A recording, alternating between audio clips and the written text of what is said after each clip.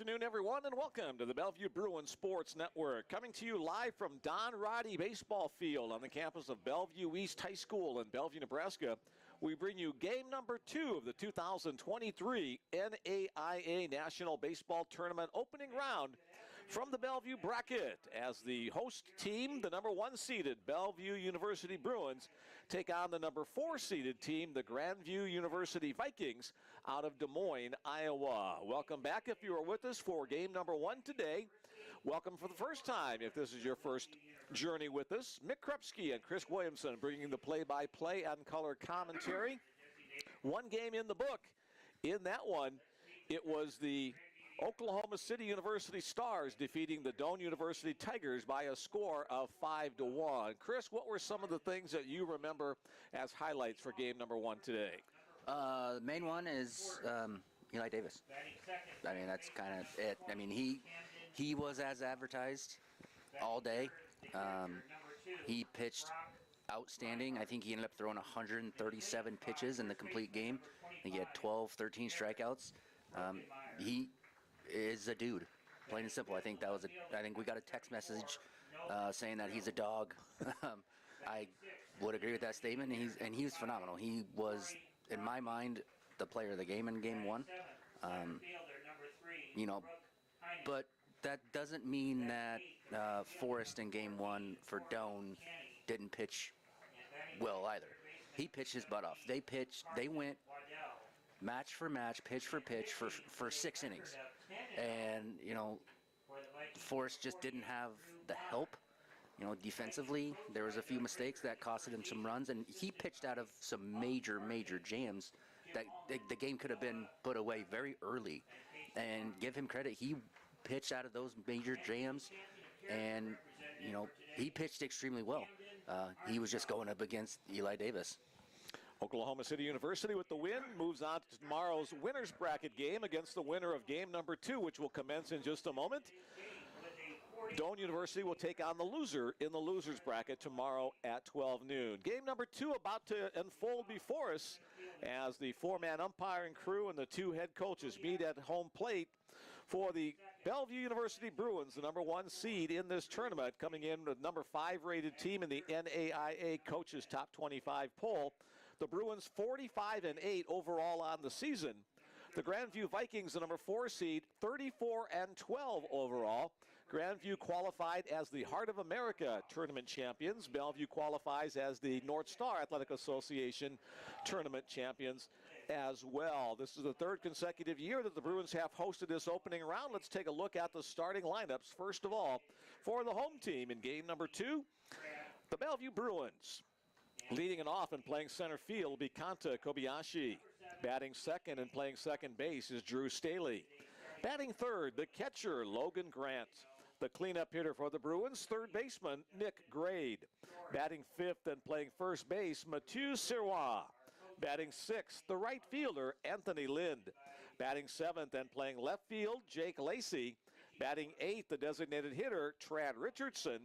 Batting ninth, the shortstop, C.J. Townsend. On the mound for the Bruins in game number 1 of this competition for both these schools, right-hander Dustin Shorey. Shorey, an 8-0 record on the year, a 2.37 earned run average. For the Grandview Vikings, here is the starting lineup. Leading off and playing shortstop, Dane Schwartz. Batting second and playing second base is Camden Armstrong. Batting third, the catcher, Brock Reinhardt. The cleanup hitter is the first baseman, Eric Brokemeyer. Batting fifth, the left fielder, Nolan Drill. Batting sixth, the designated hitter, Corey Prongi. Batting seventh, the center fielder is Brooke Heinen. Batting eighth and playing right field, Connor Canny. And batting ninth, the third baseman, Carson Waddell. On the mound for the Vikings, Drew Kahn. Kahn, a 10-0 record, a 4.15 earned run average. So 2 stud pitchers on the mound for each of these teams, a combined 18-0 on the season. Just me. Very good. Bellevue Athletic Director Ed Lahotak joining us in the broadcast broadcast booth to wish us good luck with the broadcast. And we thank you for joining us as the Bruins and the Vikings get ready to play to determine who moves on to the winner's bracket and who drops to the loser's bracket. Dustin Shorey will start things off for the Bruins on the hill. First man he will face today is shortstop Dane Schwartz. First pitch fastball a little away, ball one call. Chris, tell us a little bit about the season for Dustin Shorey.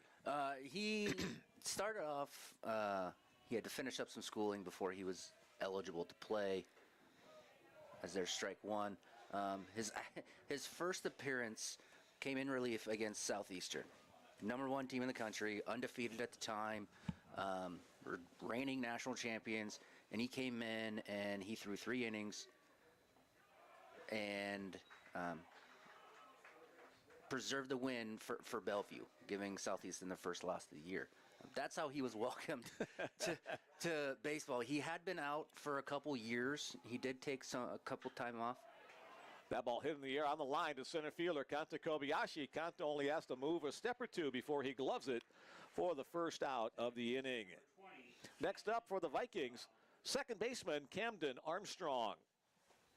But Shorey, in his 8 starts, he's allowed 3 runs or fewer in 9 of his starts, he's allowed 3 runs or fewer in 8 of them. So, I mean, he's a guy that's going to pound the zone. He's going to strike you out as a foul ball off to the right side. He doesn't throw anything that's straight. You know, all of his fastballs, he's got a couple different fastballs. They all move, they all run, they cut, they dive, they run into righties, run away to lefties. Breaking ball misses up. He's got a splitter. He's got curveball, slider. He's, in my opinion, he's Bellevue's #1. And it's pretty easy to see if you've ever watched. Another fly ball, center field. Kanta Kobayashi a couple steps in and collects it. So 2 putouts for the Bruins center fielder. First 2 men in the order retired by Dustin Shorey. Next up, the catcher, Brock Reinhardt. If you watched any of Bellevue's games, you know, when Shorey became eligible, in my opinion, he's the clear-cut #1 ace of this staff. Dustin will work exclusively from the stretch, no matter if there's runners on base or not. That first pitch to Reinhardt, is outside.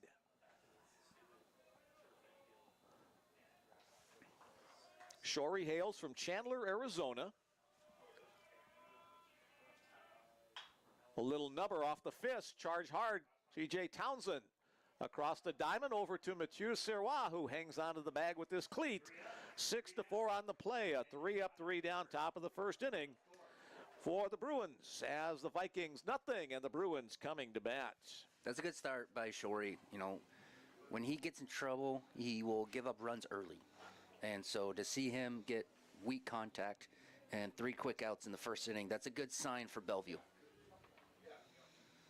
Throwing mostly strikes, getting ahead of the batters, always a good sign. For the Bellevue Bruins, this is now their 25th NAIA National Tournament appearance. They've been to the Avista NAIA World Series 15 times. Their best finish was as national champions back in 1995. For the Grandview Vikings, this is now their 8th NAIA tournament appearance. They've been to the World Series 3 times. Their best finish at the World Series was in 7th place in 1991. So both these teams trying to continue with the legacy of success of baseball. Starting pitcher for Grandview today will be Drew Kahn, the right-hander, a perfect 10-0 on the season, a 4.15 earned run average. Tell us a little bit more about Drew Kahn. He's a big dude. Looking at him out there in the mountain, he's big in stature, 6'1", 6'2", probably 250 to 260. Like he's an intimidating presence out there. So it'll be curious to see how he handles this really good Bellevue lineup. He's got 56 innings on the year. He's given up 44 hits, 26 earned runs, striking out 59 hitters.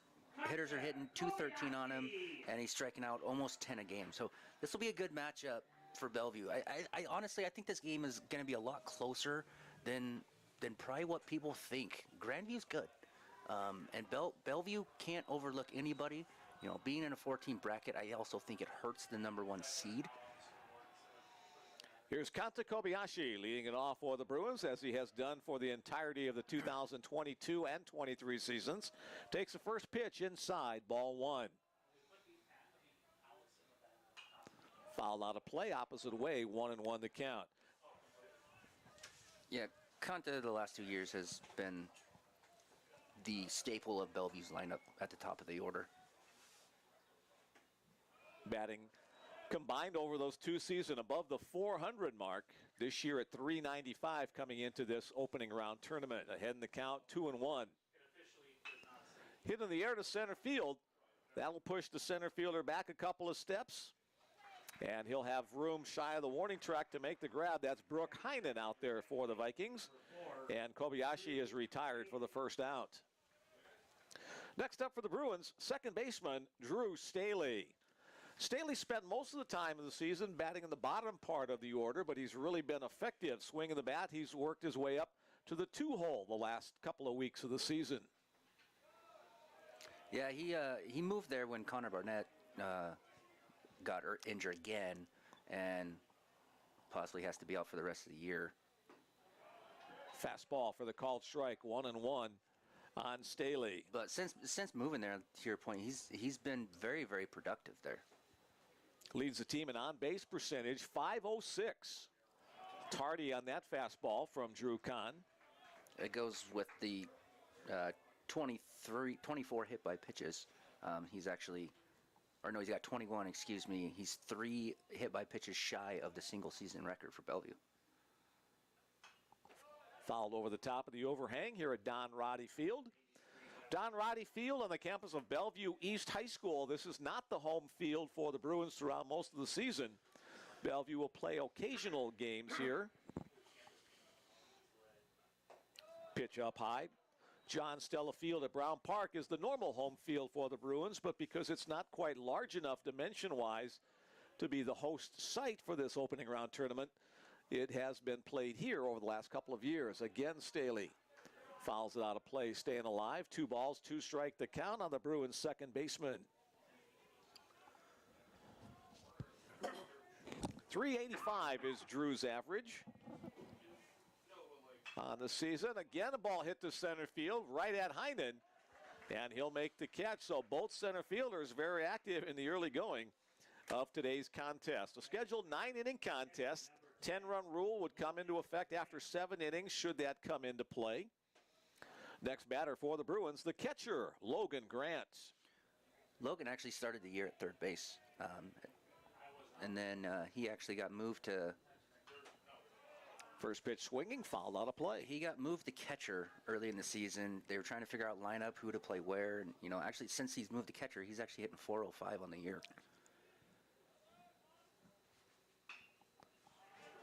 Fly ball hit to the outfield again. Guess where? Center fielder Brooke Heinen will tie a major league record with 3 putouts in an inning. A 3-up, 3-down inning for both squads. After 1 complete, we're still scoreless. The Bruins and the Vikings in the 2023 NAIA National Baseball Tournament opening round. I would have to say both, coaching staffs are pretty good with how their 2 starters start, with Shorty going 3-up, 3-down, Drew coming right back and going 3-up, 3-down. You can see why both of these guys are undefeated. Shorty 8-0, Drew 10-0. So you can actually see them work and why they are each undefeated, respectively, early on in this game. If you've been with us before on the Bellevue Bruins Sports Network, you know that we invite you to be part of our broadcast. You can send along a text message to us here in the booth. Let us know who you are, where you are, words you want us to pass along, any specific players you want us to point out. Send along your love or greetings. My text message number 402-515-7654. We'll give that number to you several times. And now for the real hubbas, go Bruins. That's from Cade Sakamoto's dad listening in out in California. He hubba-hubbed us before game number 1 today in the victory for Oklahoma City over Doane University. So glad you're with us. Again, that number, Bellevue fans and Viking fans, 402-515-7654. We actually had at one point over 600 people online watching the broadcast in game number 1. Let's see if we can get those similar numbers for game number 2. Here's the first pitch from Dustin Shorey in the top of the second inning, facing Eric Brokemeyer. Ball 1 outside.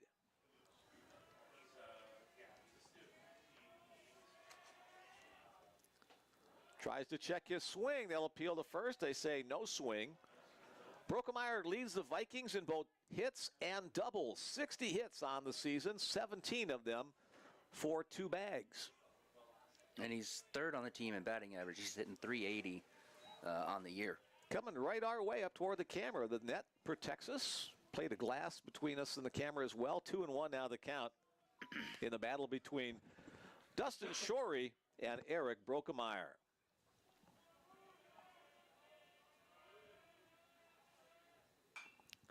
Popped up. That'll get out of play as well. So far, in the first inning and plus, both offenses look to be very aggressive. They're up here swinging. They're not taking a whole lot of pitches. They're attacking baseballs in the zone. Popped up. That'll stay on the infield. First baseman Mathieu Sirois will call for it. Opens up that big first baseman glove and collects it for the first out of the inning. Next up for the Vikings, left fielder Nolan Drill. Vikings part of the Heart of America Athletic Conference, as we mentioned. They won the Heart Tournament title, beating Mid-America Nazarene by a score of 11-5. They finished in third place in the regular season in the Heart, as Drill swings and misses at that sharp breaking ball. Yeah, Nolan's second on the team in doubles, and also he's third on the team or tied for third on the team in home runs. So he's a middle of the order power guy. There's a good slider by Shorey right there for a swing and miss. Middle of the order power guy, a guy that Shorey's got to be careful around. Ahead in the count here, 0-2. Drill awaits the next pitch. That one's line hard into right field, and just as you said, guy you have to be careful for. He lines it into right field for the first hit of the evening. And he hit that ball. That wasn't just a line drive. That was a missile that he hit the right field. He squared it up really well. Solid barrel of the bat contact there. Next up, the designated hitter, Corey Prongi.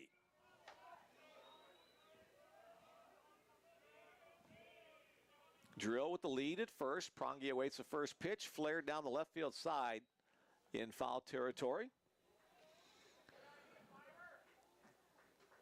The Vikings did not have any first-team members of the Heart of America All-Star Team, All-Conference team this year. Eric Brokemeyer and Drew Kahn were second-team members, and Connor Canny, honorable mention. That just tells you how good they're playing right now. They won their conference tournament. That's how they got here. They're playing really good baseball. You don't have any all-conference players on your team, and yet you win the conference tournament and go to the opening round. That means they're playing fantastic baseball. Shorey toss over to first base. The runner with the short lead back easily. Bellevue, on the other hand, had 9 first-team members and 3 second-team members of the North Star Athletic Association All-Conference team. Kana Kobayashi named Player of the Year. That pitch outside. Logan Grant was named the Newcomer of the Year, and Dwayne Monlix was named the Coach of the Year. So in addition to Kobayashi and Grant, Mathieu Sirois, Drew Staley, Nick Grade, Jake Lacey, Connor Barnett, Dustin Shorey, and Blake Crippen chopped on the ground to second. Staley to Townsend at short. The Bruins turn the 4-6-3 double play to get out of the inning. No runs on one hit. There were no errors and nobody left on base as the Bellevue defense steps to the 4 in the top of the second inning to retire the side. Trad Richardson, Anthony Lynn, and Alex Salicio were second-team members, and the Bruins won gold gloves at 7 of the 9 positions in conference play. The Bruins North Star Athletic Association regular season champions at 25-3 overall. Bruins will be coming to bat in the bottom of the second inning against starter Drew Kahn. It'll be Grade, Sirois, and Lind to start it off for the Bruins.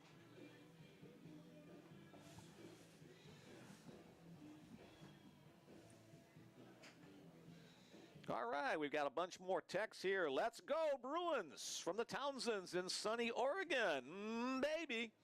All right, we got our hubbas and we got our hum babies in today. Very good. Hey, Mick, Zach Deal watching the Bruins again. Let's go, boys. Zach was a stalwart part of the Bruins squad the last several years. Good to hear from you, Zach.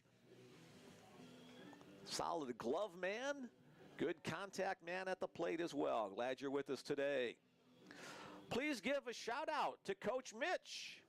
Go Bellevue Bruins. That will be Associate Head Coach Mitch Schmidt. Let's give a quick coach's salute for the Bellevue squad here. Head Coach Dwayne Monlux, now in his 13th year. Mitch Schmidt, Sean Malley, Richie Moore, the assistant coaches. Austin Alexander, the volunteer assistant. And Jake Alward, the strength coach. That's the Bruins squad. We'll give our tip of the cap to the Grandview guys in the next half inning. Leading it off the bottom of second, third baseman Nick Grade. Clips the outside corner for a called strike one.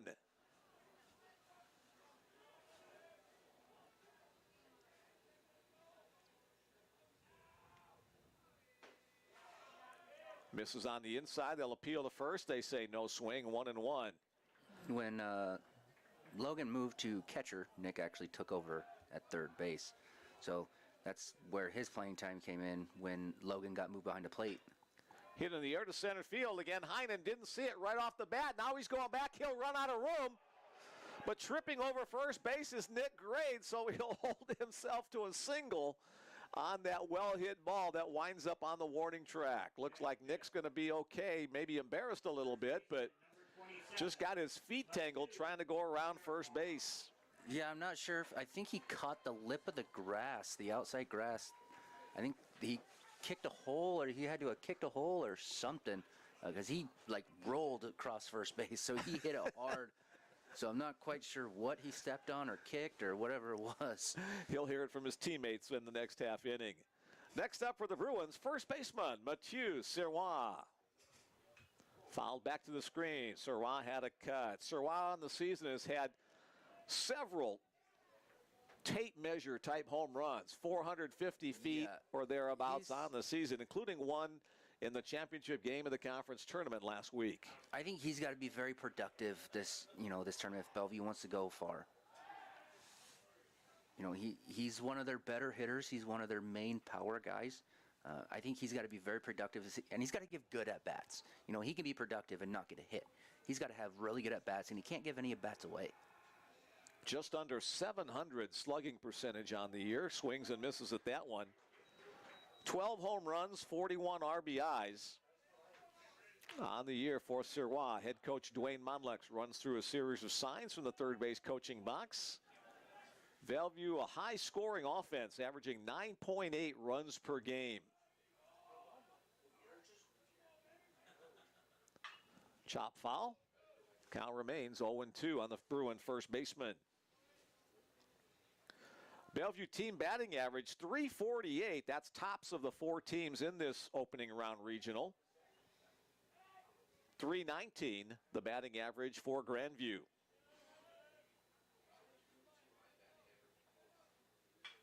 Another chopper, almost the same direction.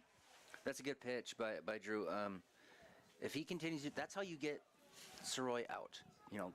Live away, live away, live away, breaking ball away. He'll swing over it more times than not. And he'll get himself out. When he's going right, when he's going good, he'll look at that breaking ball away. He'll take it, and when he's going good, he'll hit it to right center. He'll hit the fastball to right center. And then when other teams get in trouble is when he can do that and still pull the baseball. Line hard into left field. Sirois pulled the hands in, got the hit barrel of the bat through the zone. And back-to-back hits for the Bruins. First by Grade, now by Sirois. And the Bruins have 2 on, nobody out in the bottom of the second inning for right fielder Anthony Lind.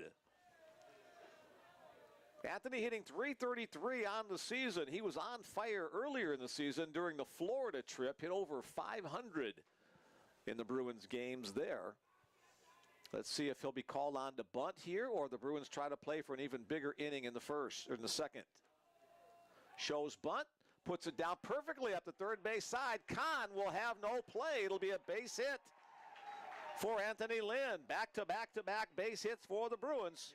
Grade now at third, Sirois at second, and Lind over at first base for left fielder Jake Lacey. Jake Lacey, the team leader in runs batted in, 67. So a big spot for him and the Bruins in the bottom of the second inning. Middle infielders playing a double play depth, corner infielders playing up. And it hits. Jake Lacey on the upper shoulder on the hit by pitch. He'll get a bruise and an RBI as Nick Grade scores the first run of the game for the Bruins. That's the pressure this Bellevue baseball team puts on you. This Bellevue lineup, you know, up and down through the order. There's not a guy who you can be like, okay, I can relax against this guy. I can relax against that's not the case with this lineup. This lineup is very good 1 through 9. Next batter for the Bruins, the designated hitter, Trad Richardson. And he'll get hit as well. So back-to-back hit by pitches result in 2 runs for the Bruins. As Richardson goes down to first, Lacey will go down to second, Lynn to third, and Mathieu Sirois will trot home. So all 5 batters in the innings have scored for the Bruins. That'll bring a trip to the mound. From the Grandview coaching staff, let's give our coaching salute for the Vikings. Doug Brinker, the head coach in his first season. Assistant coaches are Austin Marchant and Jim Hellman. And the graduate assistant coach is Noah Gildevan. Student assistant coach is Casey Prongy. So just a quick visit to try to calm down the starting pitcher, Drew Kahn. So 3 base hits and then 2 hit by pitches. C.J. Townsend will step to the plate, the Bruins shortstop. He had to take over shortstop, you know, towards the middle of the year when, you know, their everyday shortstop, Brandon Luther, got hurt. And he's done a phenomenal job. Pitch inside, ball 1. That too came kind of close to hitting C.J. on that upper arm elbow area. Bruins with 2 in. Bases loaded, still nobody out, looking to put up a big crooked number in this bottom of the second inning. Lined to the third baseman. The race to the bag has turned into a double play. Anthony Lynn kind of got caught in no man's land there. A nice job by the Vikings third baseman, Carson Waddell, turns it into a double play on the line out, and then the race back to the bag. 5 unassisted. Yeah, he started taking off towards home a little bit too soon, and third baseman made a really good play, laying out for the ball and then diving back to the bag to tag the bag for the double play. So here's Kanta Kobayashi, second time up. Kanta shows bunt, trying to bunt for a base hit. Kanta flew out to center field his first time up today against Kahn.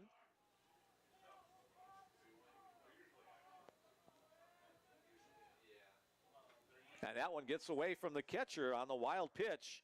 Lacey will advance to third, and Richardson will go down to second. So 2 runners in scoring position for Kobayashi. Kanta leads the team in hits with 81 on the season. 38 runs batted in, hitting from that leadoff spot. That's a great total.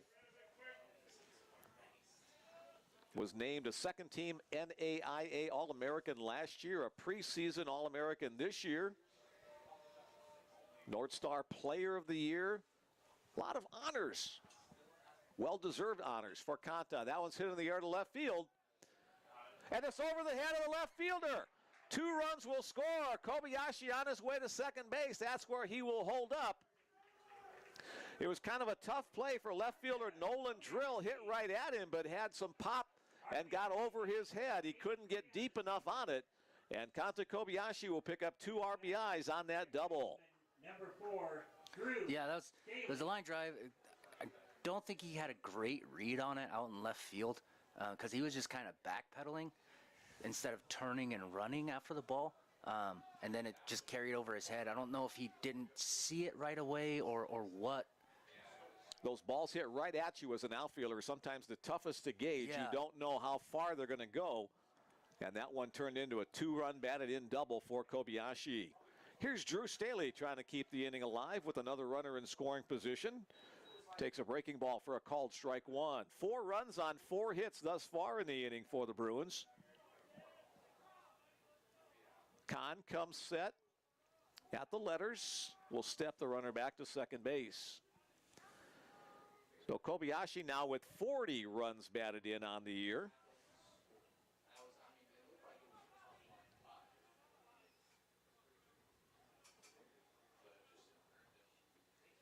Bounced low, blocked up by catcher Brock Reinhardt. With that hit by pitch with the bases loaded, Trad Richardson now has 33 runs batted in, and Jake Lacey now has 68. Swung on and missed. Might have been a changeup there as the bottom dropped out of it. Nice crowd on hand here. A lot of the Bellevue faithful. Don Roddy Field just a couple minutes away from the Bellevue University campus. A couple of blocks, actually.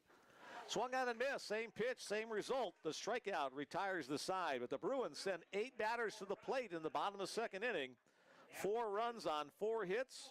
There were no errors and 1 man left on base. After 2 complete, it's the Bellevue Bruins 4.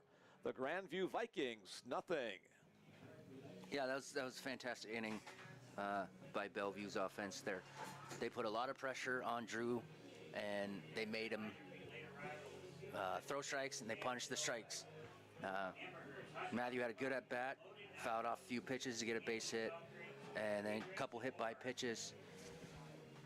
We are having issues with our score bubble on the lower right side of your screen. We had problems with it in game number 1 today, too, so we're just probably going to try to remove it because it's supposed to link to the live stats page, but unfortunately it's not doing so. So we'll keep you updated with scores and innings and all the things, kind of more like a radio broadcast.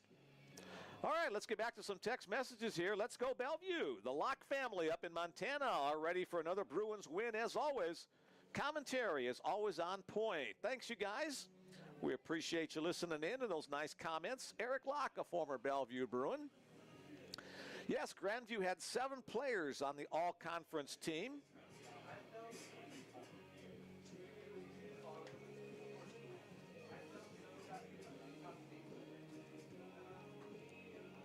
And my fat finger just hit one here. Let's go, Trad Richardson and the mighty Bruins from God's country, Frenchtown, Montana. Good to hear you and Chris back together again. We got the band back together again, Chris and me. About time. Chris, a Fremont, Nebraska police officer, so between his job responsibilities and family responsibilities, he's got a lot of irons in the fire. Yeah. Here we go with the top of the 3rd inning.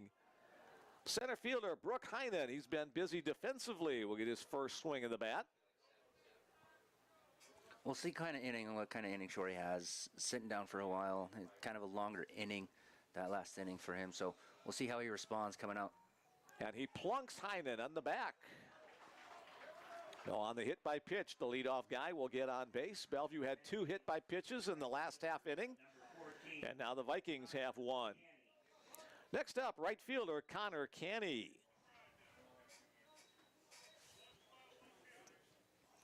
Connor's actually second on the team in home runs with 8. So this is a guy that Shorey can he needs to be a little bit careful with. Chopper on the ground on the 3rd base line, but that's foul. Yeah, quite a differential in home runs between these 2 teams. The Vikings have 30 home runs in 46 games on the year. The Bruins have 87 home runs in 53 games. Well, the Bruins bringing quite a bit of pop to the plate. Canny holds up his swing.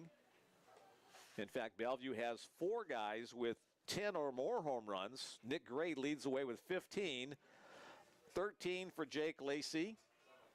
12 for Mathieu Sirois, and 11 for Logan Grant. Throw to first base, runner back easily.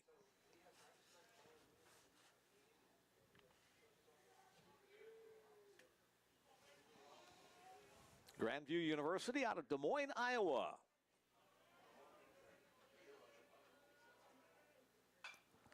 Foul out of play.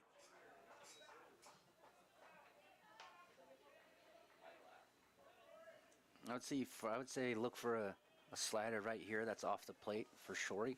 That kind of starts over the outside corner of the plate and kind of just runs out of bat. That's what it is, but popped up on the infield. Mathieu Serrois will call for it in foul territory. And now he and Logan Grant, miscommunication. Grant probably should not have gone that far away from home plate. Serrois should have called him out, but he wasn't expecting the Bruin catcher to be that close by, and it falls between them. So new life for Connor Canny. Yeah, that's just lack of communication. That's got to be Serrois' ball, 100% of the time. So 1 ball, 2 strikes to count on Canny, the Viking right fielder. Chopper on the ground. C.J. Townsend is short. He'll only play will be at first base in time across the diamond. 6-3 on that play as Brooke Heinen advances to second. Yeah, he charged really hard. It wasn't hit all that hard for him to sit back to where they could turn to, so he had to come and get it.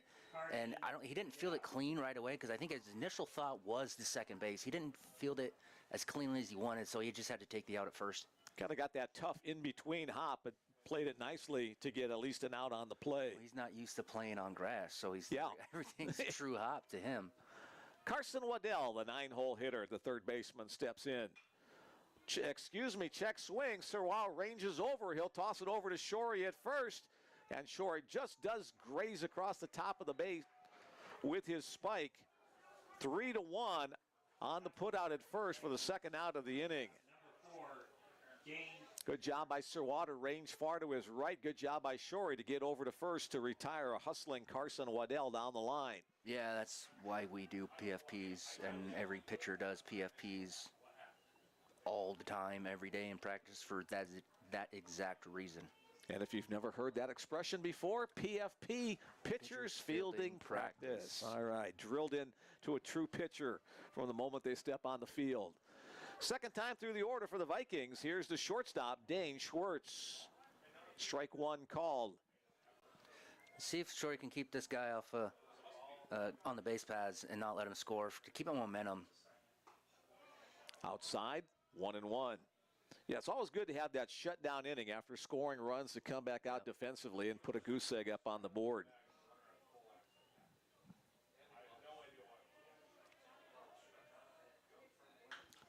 Hit in the air to right center field.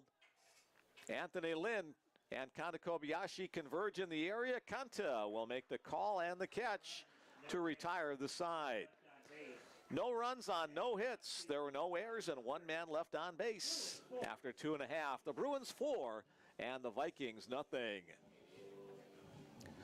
This is one of 10 different opening round regional tournaments going on.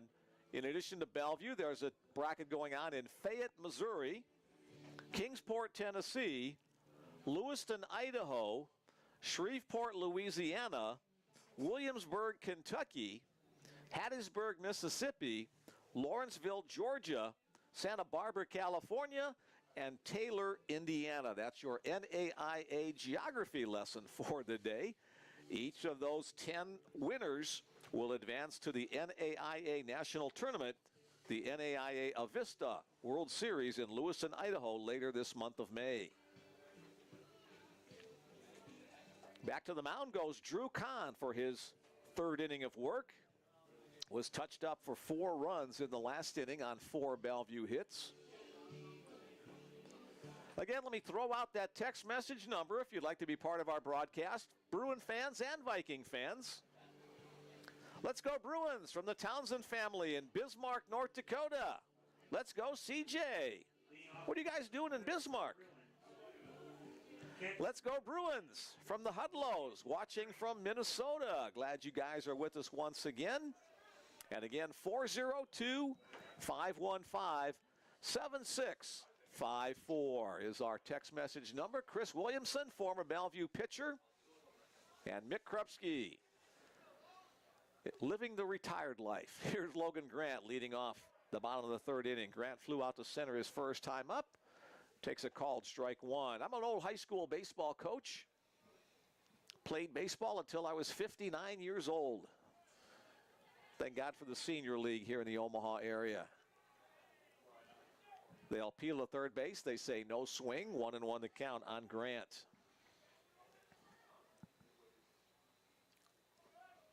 Logan, one of 4 Canadian players on the Bellevue roster this year.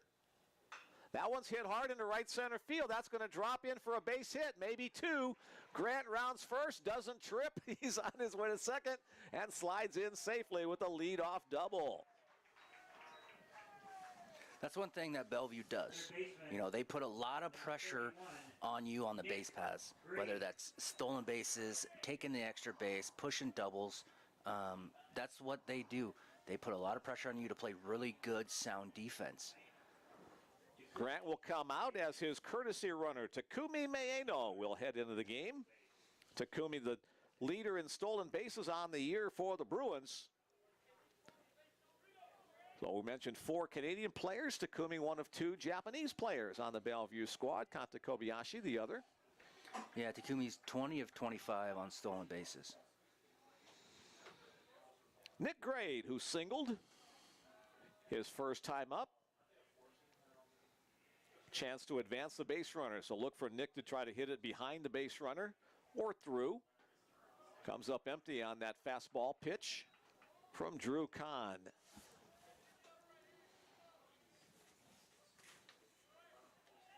Yeah, look for something, or Nick is going to look for something that he can hit to the right side, probably just a ground ball at second baseman, move that runner over.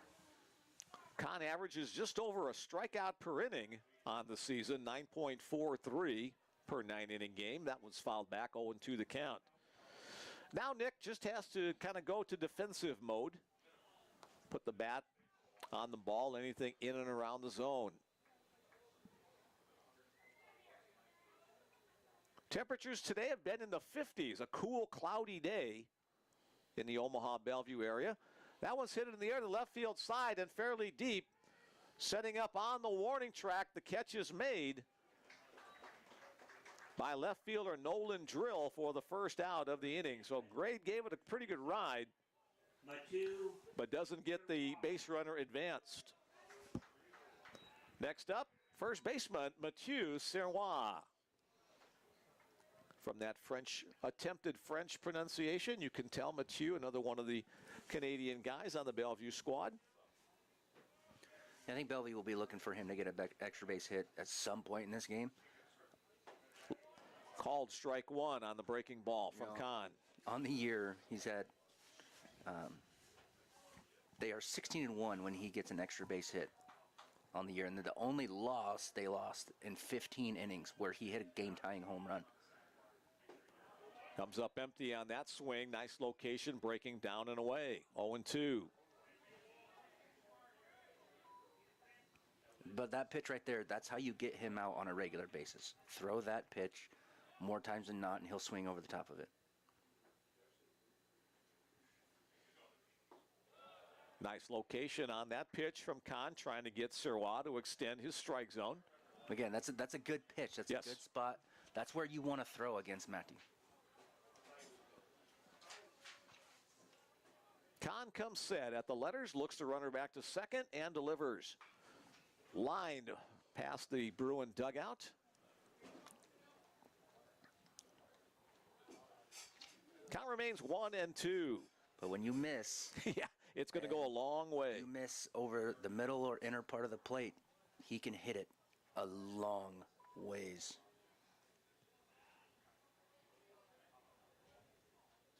Here's the pitch. Nice block up by the catcher, Brock Reinhardt. 2-2 the count. I think Bill Mullins, Bellevue's Associate Sports Information Director, used his Google Maps to determine that one of Mathieu's home runs this year went 466 feet.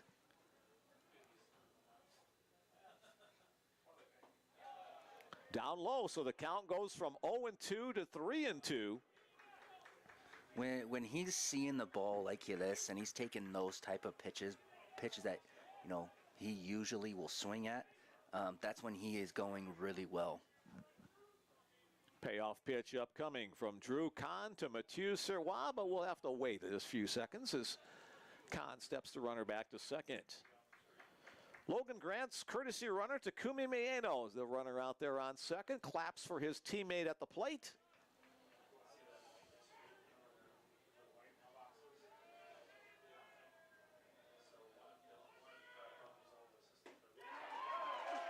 Strike three called on the outside corner. Mathieu thought a little bit low, but his opinion won't count. Second strikeout of the game for pitcher Drew Kahn. Now 2 outs in the inning. That's a good pitch. Full count, 3-2. Fastball right on the outside corner. He wasn't looking for it. I think he was probably looking breaking ball right there, and it froze him. That's a very good pitch. Here's right fielder Anthony Lind. Lind singled his first time up today and almost wore that one on the pitch running inside. Kahn's already plunked a couple of Bruin batters, almost got a hat trick with Lind. Line hard to the second baseman and through the wickets. Here comes Maeno rounding third. He's going to head to home. And he'll score the 5th run of the game. It'll be an RBI single on the hard hit by Anthony Lind. And the Bruins lead it by a score of 5-0. I thought he came up with it at first. The way he, the ball disappeared. And so I thought he had it in his glove at first, but it just kind of got through him. Kind of short hopped the second baseman just a little bit, just enough to get through. So ruled too hot to handle a base hit. The next batter, left fielder Jake Lacey. Lacey goes opposite field. That one's going to get out into right field. Lind will have to put down the drag chute at second base. So back-to-back base hits from Lind and Lacey. The inning continues for designated hitter Trad Richardson. Richardson was plunked last time up, picked up an RBI on that bases loaded hit by pitch. Looks like Grandview might be getting some action down in the bullpen. We got some movement down there. Not sure who it is yet. Breaking ball, the first pitch to Richardson, low and away. With that RBI single from Anthony Lind, that was now 47 runs batted in on the year for the graduate of Omaha Central High School. He would have played some high school games here, part of the Omaha Metro Conference. Fastball for the called strike. Trad earlier in the year was recovering from injury. He was the everyday catcher last year before he hurt. He had to get surgery done on his hip. Chop foul up the third baseline. Which took him out of the rest of the year last season. And so he was still recovering at the beginning of the year this year. He eventually took over the role of DH, and now he's actually starting to come back as a catcher to give Logan Grant a break to where he can be DH. So getting Trad back. Swing and a miss there as Richardson goes down to retire the side. 1 run on 3 hits. There were no errors and 2 men left on base. After 3 complete, it's the Bellevue Bruins 5 and the Grandview Vikings nothing. But getting Trad back, into this lineup for Bellevue has been very, very good. It's helped this lineup tremendously especially since they've lost, multiple players to injury. Alec Ackerman, returning All-American, he's out for the rest of the year. Connor Barnett, who is a Gold Glove outfielder, he's probably out for the rest of the year. And so getting Trad back when they did was very beneficial for Dwayne Monlux in this Bellevue lineup. The ground crew comes out to do a little landscaping as we get ready for the top of the 4th inning. Some of the reserve guys on the Bellevue roster sweeping the brooms across the diamond. A few more text messages. Let's go Vikings. Watching from Houston, Texas. We're glad you guys are along today with the Bellevue Bruins Sports Network. Grandma Deb here to watch the champions go Bruins. Shout out to Jake Lacey. All right, our Wyoming connection. Greetings from Arizona. Don't tell my boss that I'm watching from my desk. Okay, I won't. Go Bruins. Go Dustin. By the way, it's 102 degrees in Phoenix. It's not quite half that here today. It was 56 degrees, I think I looked at the temperature. Thankfully, not a big breeze. It's coming out of the northeast at about 10 miles an hour, blowing from right to left. But Hopefully better weather tomorrow. I think they're saying in the 70s and sunny tomorrow. Go Mathieu. Thanks for the excellent broadcast. Thanks for that compliment. Go Bruins. That's from Gerard Serrois. Had a chance to beat him. He was in town. Mathieu's dad and grandpa came in a couple of weeks ago. For the Vikings, second baseman, number 20. Oh, the Townsends in Dickinson, North Dakota, CJ's uncle and family. Thank you for that. I was wondering how the Townsends were up in North Dakota instead of Oregon. All right, here we go with the, where are we? Top of the fourth inning. Dustin Shorey back to the mound. The first man he faces is two-hole hitter Camden Armstrong. Chops it on the ground to third. Nice play at third base by Nick Gray. Took it right off the midsection, but stayed in front of it to pick it up for the out. 5-3 on that play. One pitch, one out. How's that for efficiency? Oh, very, very efficient. But on Grandview's side of things, they got to be. I think they got to be a little bit more selective. They got to make Shorey throw more strikes. They're jumping on a lot of first pitch stuff, which give him credit. He's pounding the zone like he did right there on a fastball. Give him credit. But at the same time, they're not being very disciplined right now. They're swinging, I feel like, a lot of pitches out of the zone and getting themselves out rather than Shorey getting them out. That wild one goes all the way to the screen. 1 ball, 1 strike on Brock Reinhardt. The Vikings catcher, he grounded out to short his first time up today.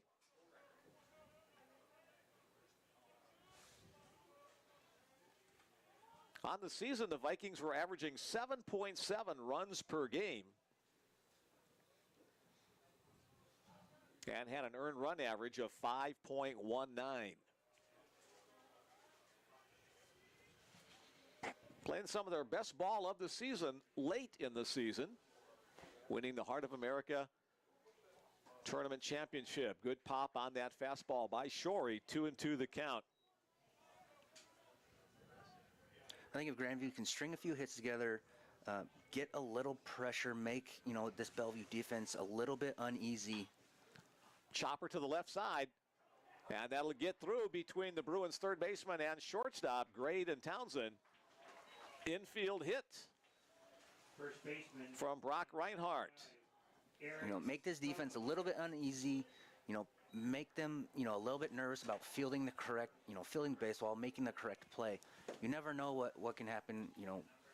Grandview's here for a reason. They can play really, really good baseball, and they are playing really good baseball. Cameron Rendoni will come on as the courtesy runner for Grandview. Cameron Randoni, courtesy runner.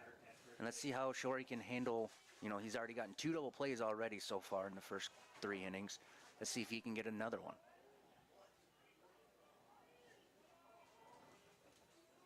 The next batter, the first baseman, Eric Brokemeyer. Strike 1 call on Brokemeyer as Cameron Rendoni, the courtesy runner, gets his lead off of first. Swing and a miss on a breaking ball, 0-2. That is a fantastic pitch right there by Shorey. Breaking ball, outside corner, just ran out of bat. It was a fantastic location. Let's see where he'll go with the 0-2 pitch. Tries to push him off the plate a bit, 1-2. Now, I would look for him to go back out with that slider, possibly bury it on the in the outside corner and make him swing over the top of it.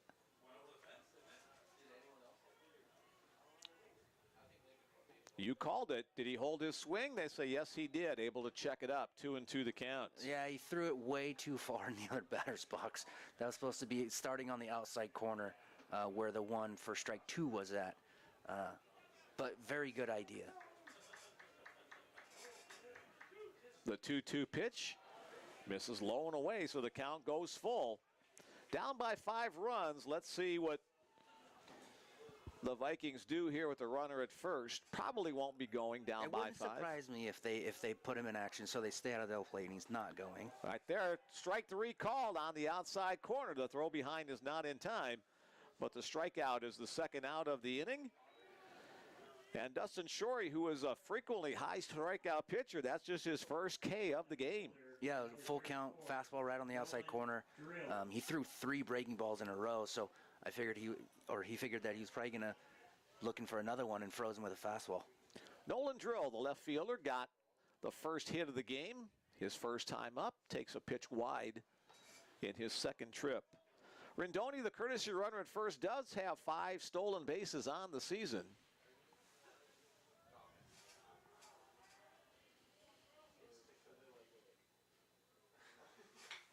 Chop foul up the third base side.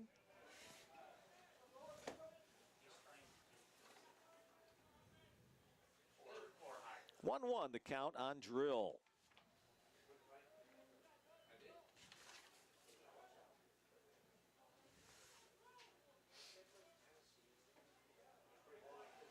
Two and one.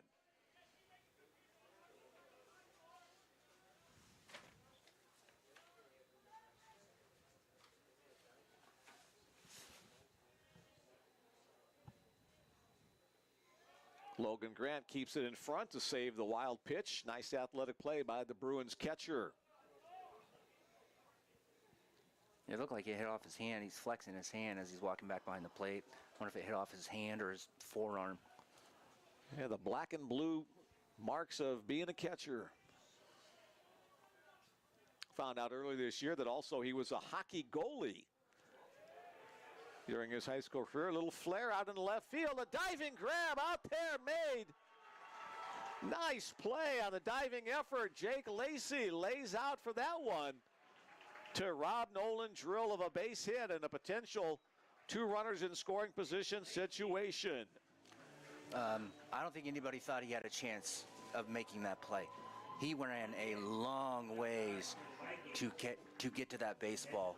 I was watching shortstop C.J. Townsend, who was putting the glove up trying to decoy the runner that he was going to make the play, and then suddenly Jake Lacey came flying out of nowhere to make the grab out in left center field to retire the side. No runs on 1 hit.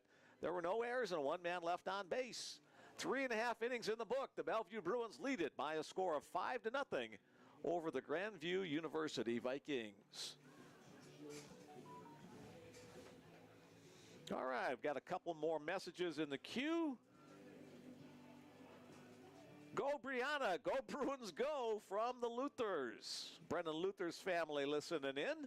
Glad you guys are with us again today, and continued success for Brendan's recovery. Great time in North Dakota. Go Bruins. Go Parker from Bozeman, Montana. Parker McMahon, one of the Bruins' relief pitchers. Let's go Vikings from Chicago.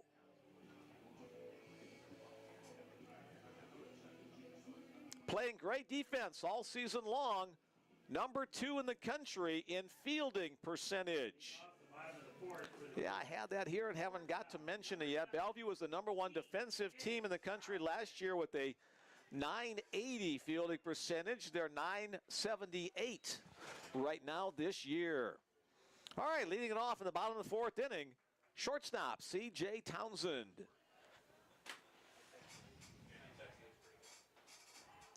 C.J. trying to bunt his way on board. Fouls it away. Yeah, Drew's got a... I'm sorry. Hi, watching from the press box on the left of you. Thank you. All right. See, it's fun to get mentioned on the air, right? All right.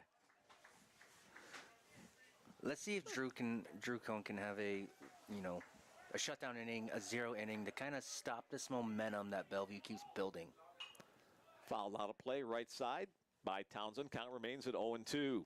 Because if he can start putting up zeros, then the offense can start feeling a little bit better. Like, okay, we got a chance. We do some good. We could do some things. In the next couple innings, we got a chance to get right back into this game. But if he doesn't stop this bleeding, slow, Bellevue put up a 4 spot in the second, and 1 in the third. So he's got to come back and get a 0 right here to start getting that momentum back on their side. Fastball hit in the air to center field. Tracking it is Brooke Heinen coming in, and on the run, he'll make the catch for the first out of the inning. So that's the 4th put out of the game for center fielder Brooke Heinen. 3 of them coming in the first inning. It's been quiet out there, except he's chased down some hits until now in the 4th inning. Top of the order, here's center fielder Kanta Kobayashi. It's crazy. Kanta has 82 hits this year. He had 109 last year. You have 82 hits, and it feels like you had a down year from the previous year. That's how good. Hit in the air to left center field. Heinen giving chase out there. He won't be able to make the play as it hits on the warning track. Kobayashi will stand at second base with his second consecutive double. That ball just kept tailing away from the center fielder Heinen. And Kanta, using his great speed, easily makes it to center field. Bounced on the gravel of the warning track out there about 370 or so feet away from home plate. That's what he does when he's going really well. He just peppers the left center and left field gaps. Here's Drew Staley, the Bruins second baseman. Breaking ball misses away. Drew 0 for 2. Lined the ball hard his first time. Struck out his second time up. 3 strikeouts on the game for Drew Kahn. That breaking ball in the zone, 1-1.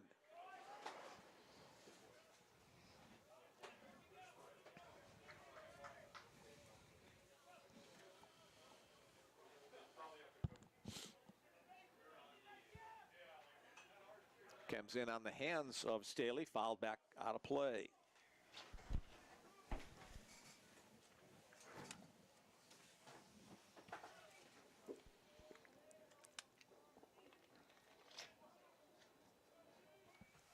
Staley out of Salt Lake City, Utah.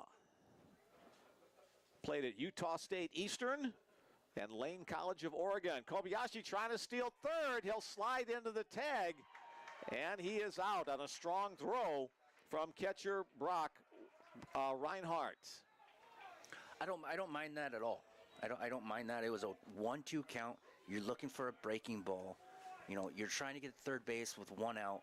That way, a ball in play at all, you score another run. I like that being aggressive, and that's something that you're seeing a lot more from this Bellevue lineup. Yep.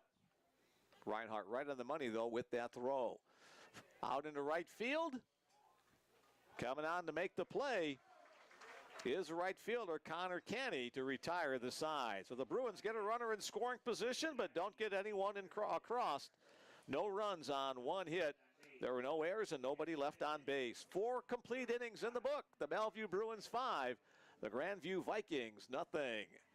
More baseball coming your way right here on the Bellevue Bruins Sports Network. Mick Krupski here, Chris Williamson there. Thanks for joining us tonight.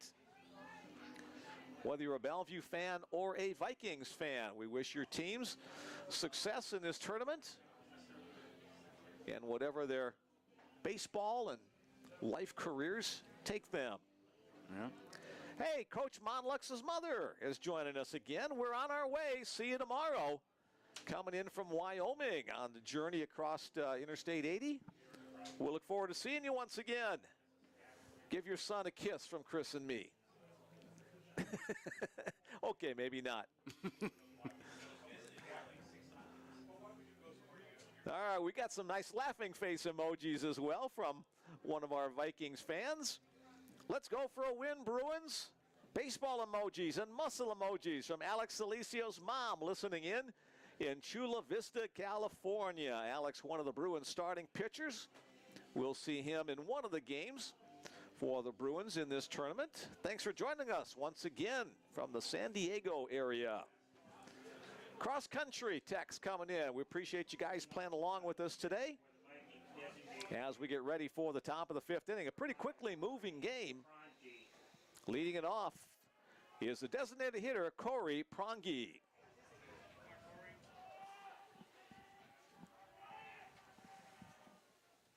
First pitch swinging, fouled out of play, opposite way. Yeah, Grandview's got to find a way to create some uneasiness in Troy right now. He's cruising right along, very nice, easy. There's not a whole lot of stress. Comebacker fielded by Shorey. He'll run it halfway over to first base, toss it to Sirois, and 1 up, 1 down in the top of the 5th inning.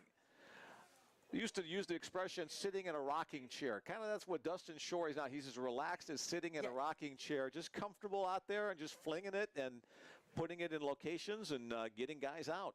Yeah, there's no stress right on him right now. He's got a 5-run lead. His defense is playing outstanding. Here's Brooke Heinen, who will send that one through the middle for a base hit.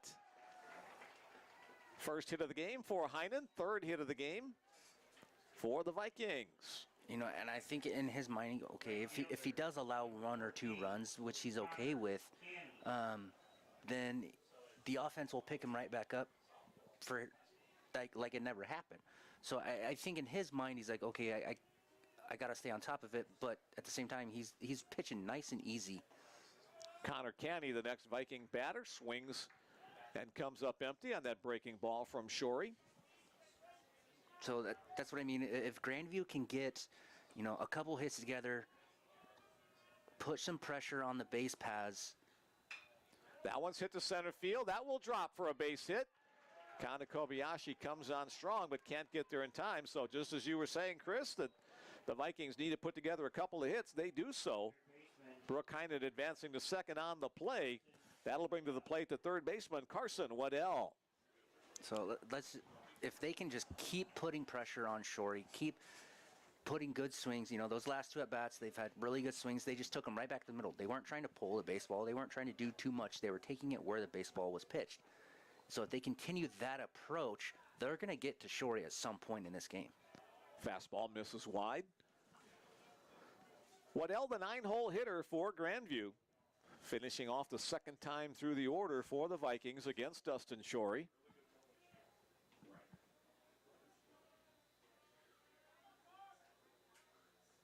There's a nice pop fastball in the zone. Shorey is kind of the size that professional baseball managers, whatever, like to see in a pitcher. He's listed at 6'5", 230 pounds. I mean, that's a strong athletic build for any sport, except maybe a jockey. Chopper on the ground. C.J. Townsend, the shortstop, over to Drew Staley for one to first base in time. The Bruins turn the 6-4-3 double play to get out of the inning. Second time the Bruins have turned a double play tonight.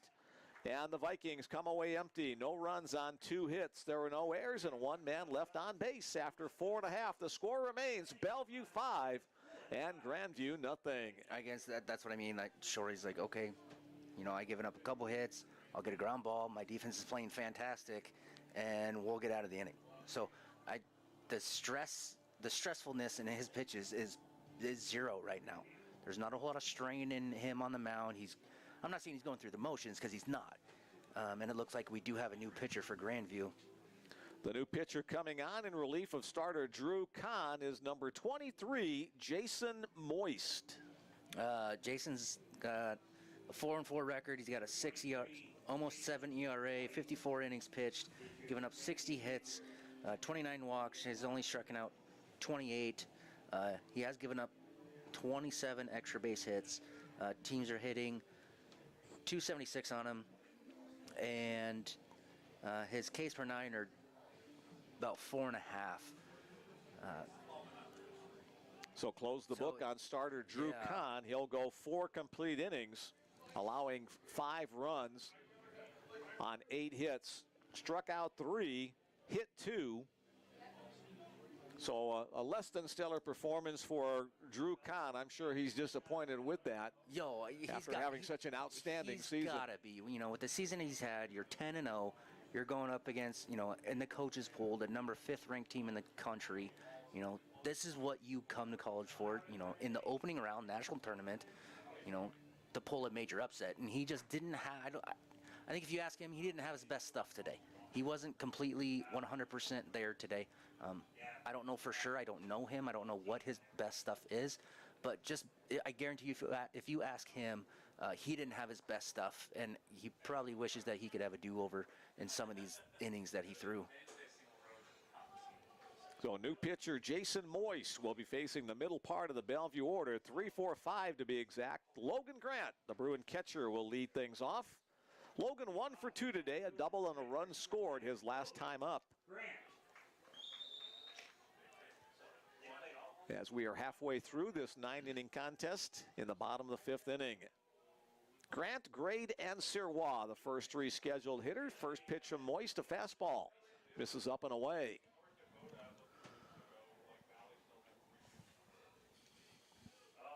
Logan chases that high fastball, comes up empty, 1-1 the count. Logan with 66 runs batted in on the season. Also the team leader in walks. Hitting most of the season out of the 3 and 4 hole spots.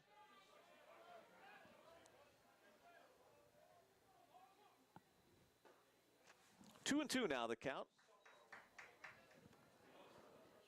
Jason Moist, a junior out of Des Moines, the home of Grandview University. His 2-2 pitch, breaking ball down low, count goes full. I think that's a splitter. I don't think it's like a curveball. I think it's got some split action to Okay. it. It almost looks like it's a knuckleball coming out of the hands, but it doesn't have any knuckle action.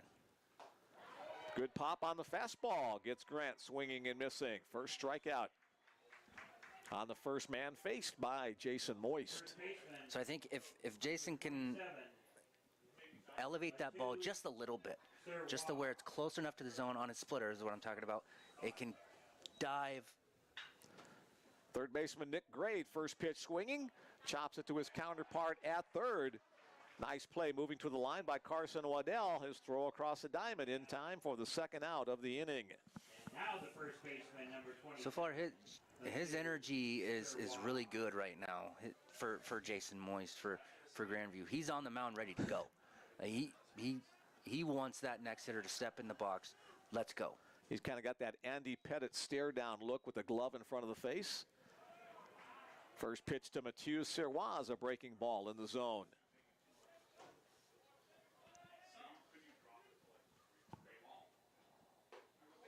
Fastball misses up. Moist started his college career at Ellsworth Community College before joining this Grandview program. Now 2-1 on Sirois. Bellevue with a 4 spot in the second, a single run in the third. That accounts for their 5 runs. On the outside black, the called strike. Again, Sirois doesn't like the call, but it's a good pitcher spot. Yeah, it is. Here's the 2-2. That one breaks low and away. That's another good pitch. 2-2 breaking ball, goes on the outside corner, just falls off the plate. He just didn't swing at it. That breaking ball stays low again, so Sirois will earn the walk to keep the inning going for right fielder Anthony Lind. That was a pretty good pitch. I'll be honest with you. That was a pretty good pitch. Pretty close to take for Sirois right there. Dwayne Malix runs through a series of signs to see if the Bruins want to put something on. Sirois, no stolen bases on the season. He's tried twice. Ball 1 on the first offering to Anthony Lind. Lind 2 for 2. Singles in the second and third. And 1 RBI. Sirois close to the base, just falls back on top of it on the pickoff attempt.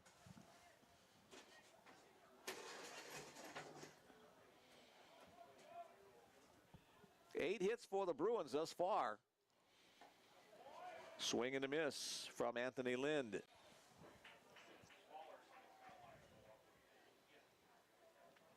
Second year in the program for Anthony.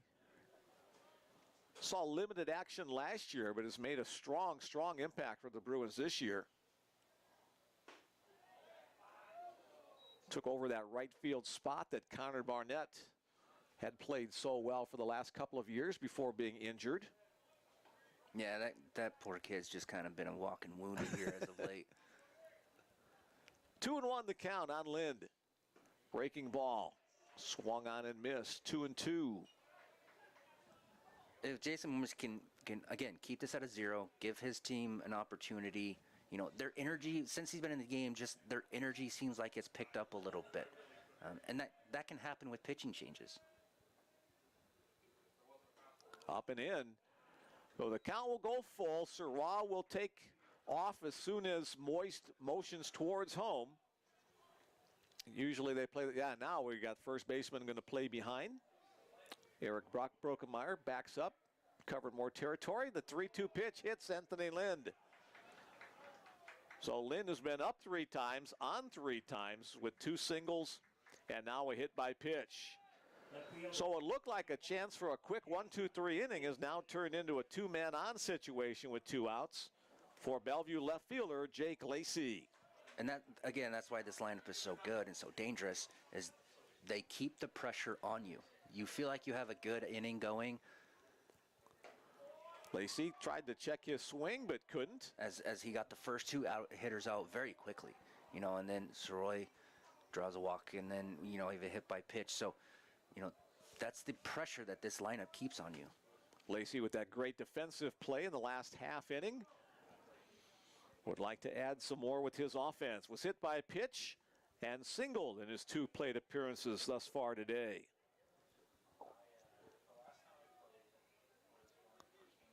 Moist comes set and delivers. Blocked up by the catcher, Brock Reinhardt.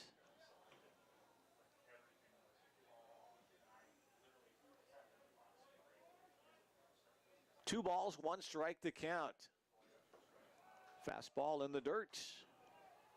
Now 3-1. Hitter's pitch. Expect Lacey to zero in on his favorite pitch in his favorite spot right here. If it's not there, he'll take it. Yeah, he's going to be looking for a fastball in one spot that he can do a lot of damage with.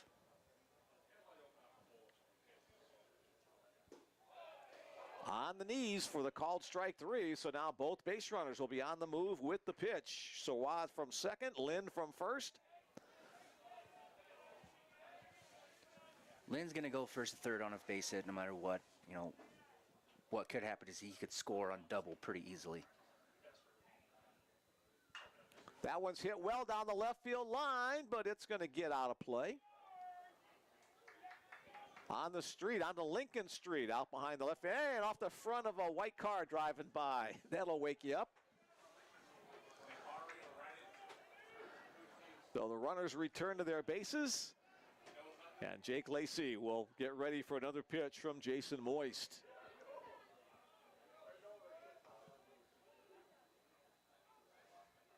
Line hard, that's going to drop. Foul, and hooked foul down the left field line. Again, Jake making solid contact, but just out in front of it a little bit, hit about 7 or 8 feet foul right down the left field line. That would have scored 1 easily and possibly 2 with Lind on the move. Oh, we'll do the 3-2 once again.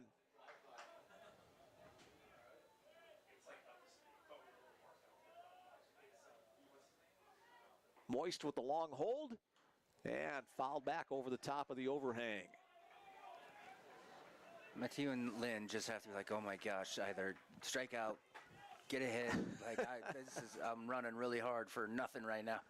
Getting some leg work in on the bases.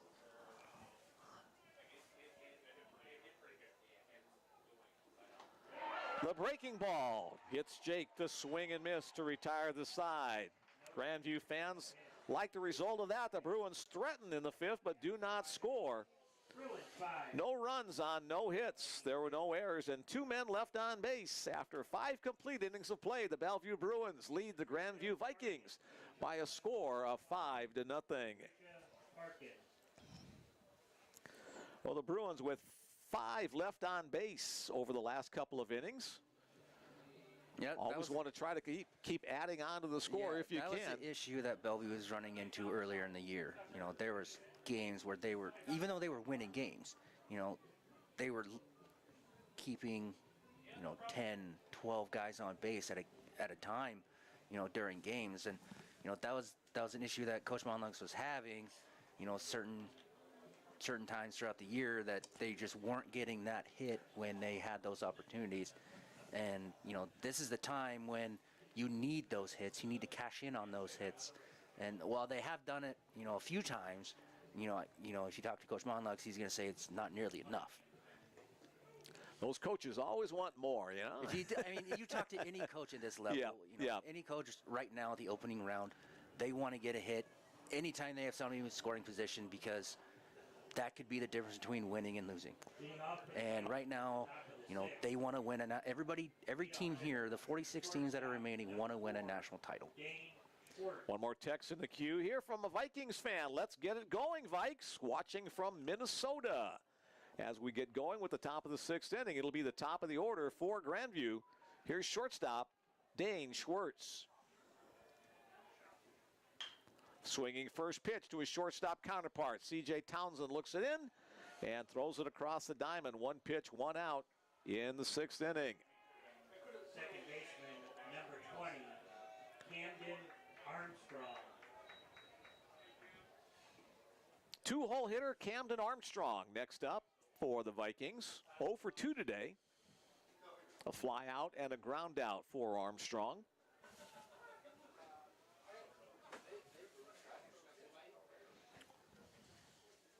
Armstrong from Tiffin, Iowa. Breaking ball misses inside. And I'm sorry, I've never heard of Tiffin, Iowa. It's got to be east of here. Standing joke. Lined in the center field, Kanta Kobayashi a couple of steps back and a couple of steps over to the right field side.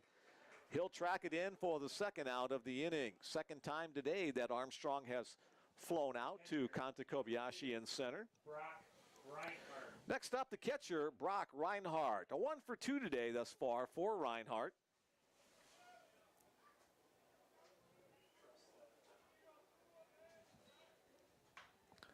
First pitch swinging, flared on the infield.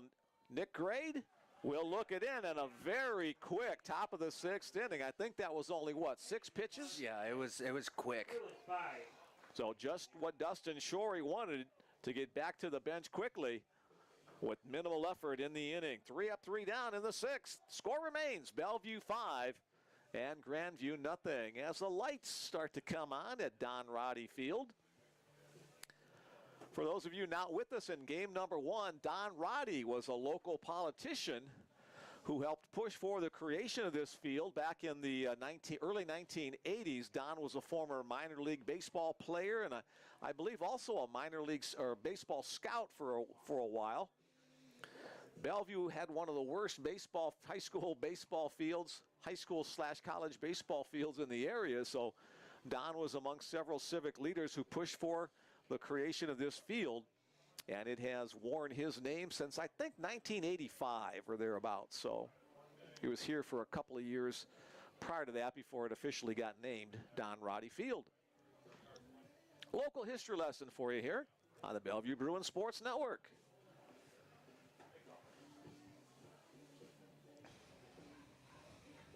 This is not the regular home field for the Bellevue Bruins.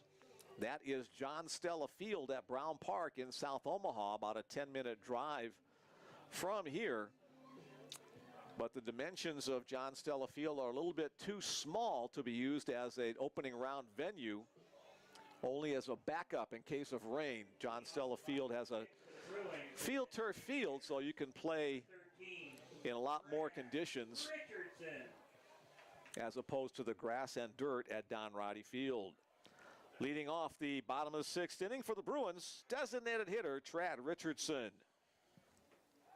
First pitch to Richardson is down low. Trad was hit by a pitch to bring in a run and struck out. First time he faces Jason Moist. Fouled back to the screen.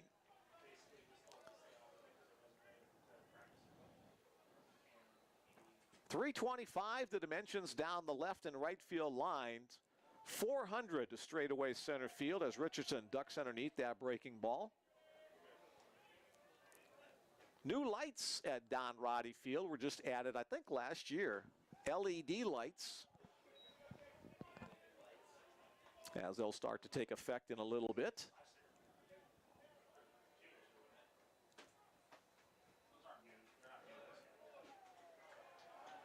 And Richardson will earn the walk to lead off the inning. Shortstop. For how big Trad is, you know, you look at Trad and you think, okay, 3, 4, 5, 6 type of hitter. His approach is like a leadoff hitter. So it's good to have that type of hitter further down in the lineup. That's his 12th walk of the season. Townsend puts the bunt down, but in foul territory.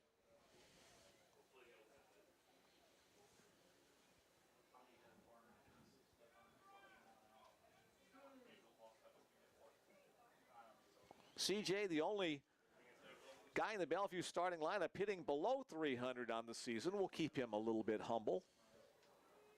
But usually an effective contact hitter and a guy that'll do what it'll take to try to advance a base runner. Pulls the bunt back, takes it for a called ball.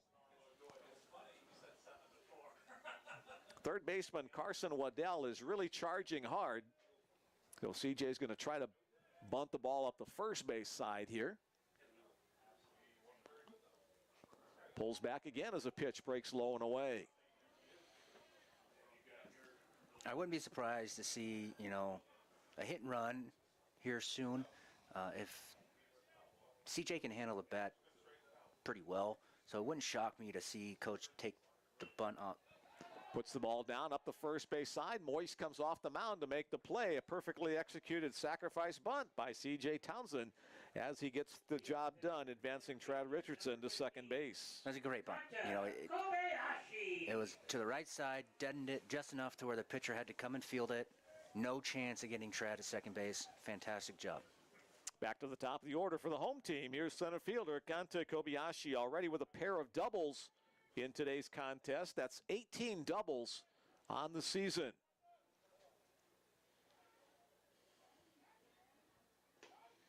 Bounce to the plate. Blocked up there. Ball one call.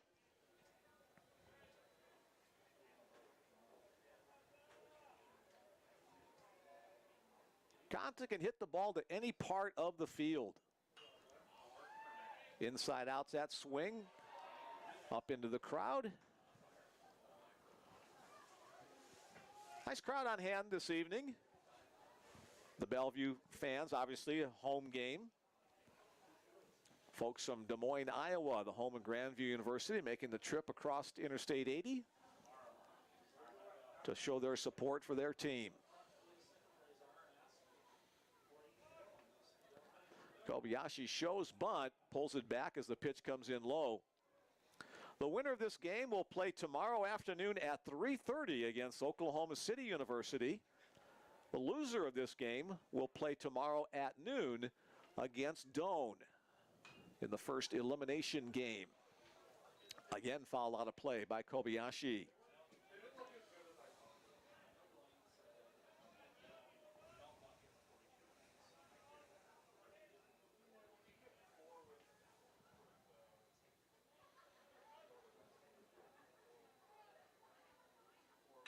Kanta again goes opposite way, but out there is the left fielder to look it in. Nolan Drill collects that for the second out of the inning. Another line drive off the bat of Kanta Kobayashi, but it results in the out. That's a good sign, that he is doing that. All four of his hits, the two flyouts, one to center, and that one right there, were all to the left field side of second base. When he's going well, that's what he does. Hits the baseball the other way. As there's ball one for Drew Staley. Drew Staley, the next Bruin batter. When he hits the ball the other way on a consistent basis, that's when he is going really, really well for Kanta. Drew 0 for 3 tonight. Swing and a miss.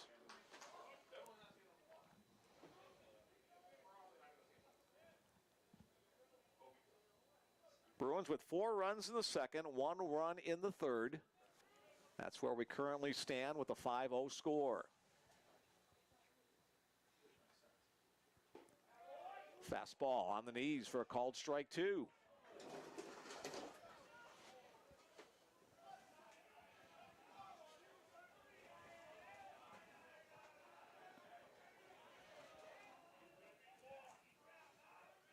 Moist taking a little extra time to get the signal from his catcher.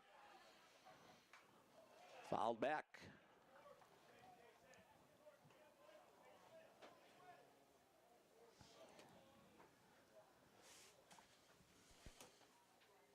Let's see if he throws a breaking ball outside here to get Drew to swing over the top of it.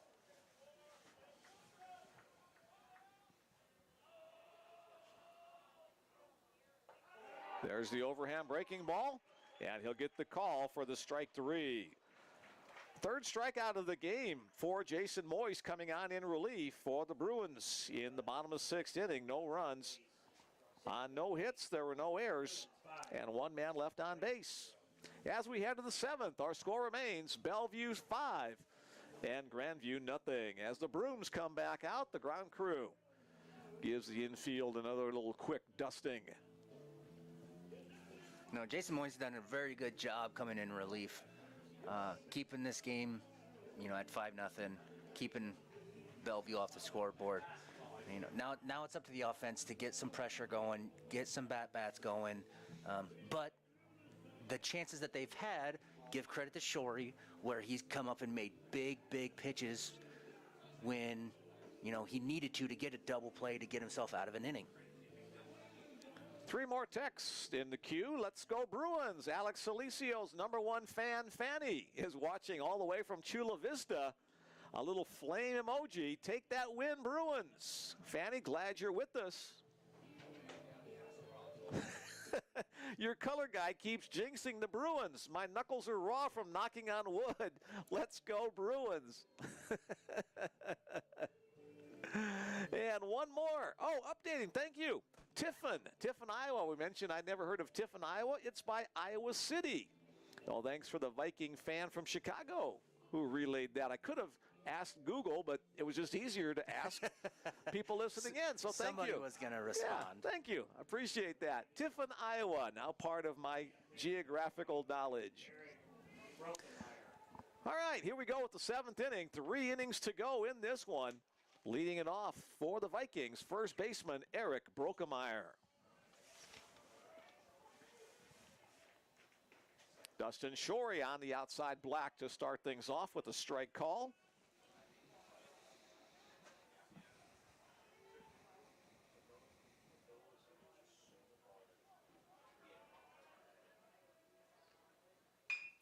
Chopper, 2-hopper to second base. I love saying that. Drew Staley on the throw across the diamond. 1 away in the 7th inning as again the Vikings swinging early in the count. Yeah, he's very minimal pitches right now for Shorey. I mean, it's very impressive to watch him work right now. Nolan Drill, the left fielder, steps to the plate.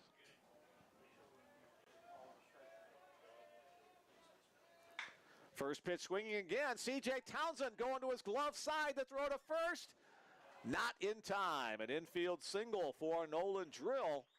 But a great effort by C.J. Townsend, shortstop, going deep into the hole, but couldn't quite get up quickly enough and put enough mustard on the throw. Yeah, that was a heck of a play by C.J. right there.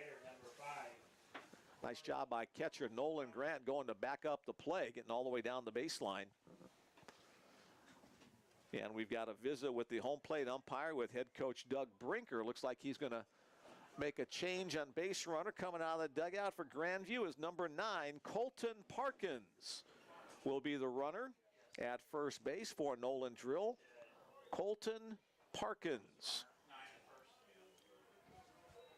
Running at first base for the Vikings, #9. So if you think you're probably doing that to get some speed on the base pass, he's 1 for 1 on stolen bases, where Drill was 0 for 1 on stolen bases. So, I mean, he's probably a little bit faster, would be my guess. Corey Prongi, the next batter for the Vikings. Takes a pitch wide, ball 1. Prongi 0 for 2 today.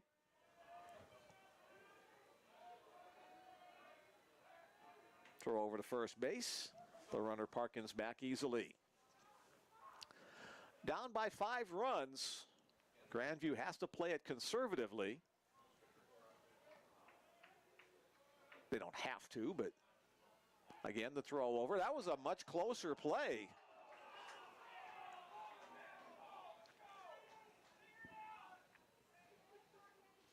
Fans didn't like that call. I didn't think it was that close.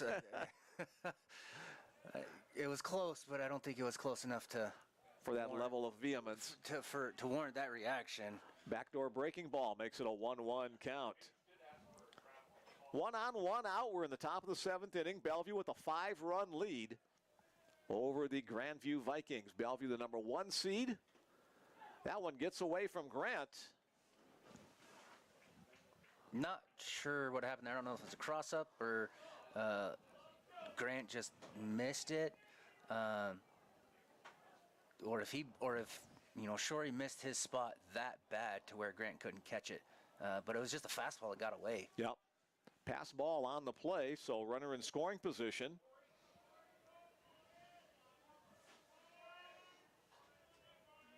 Shorey comes set at the letters.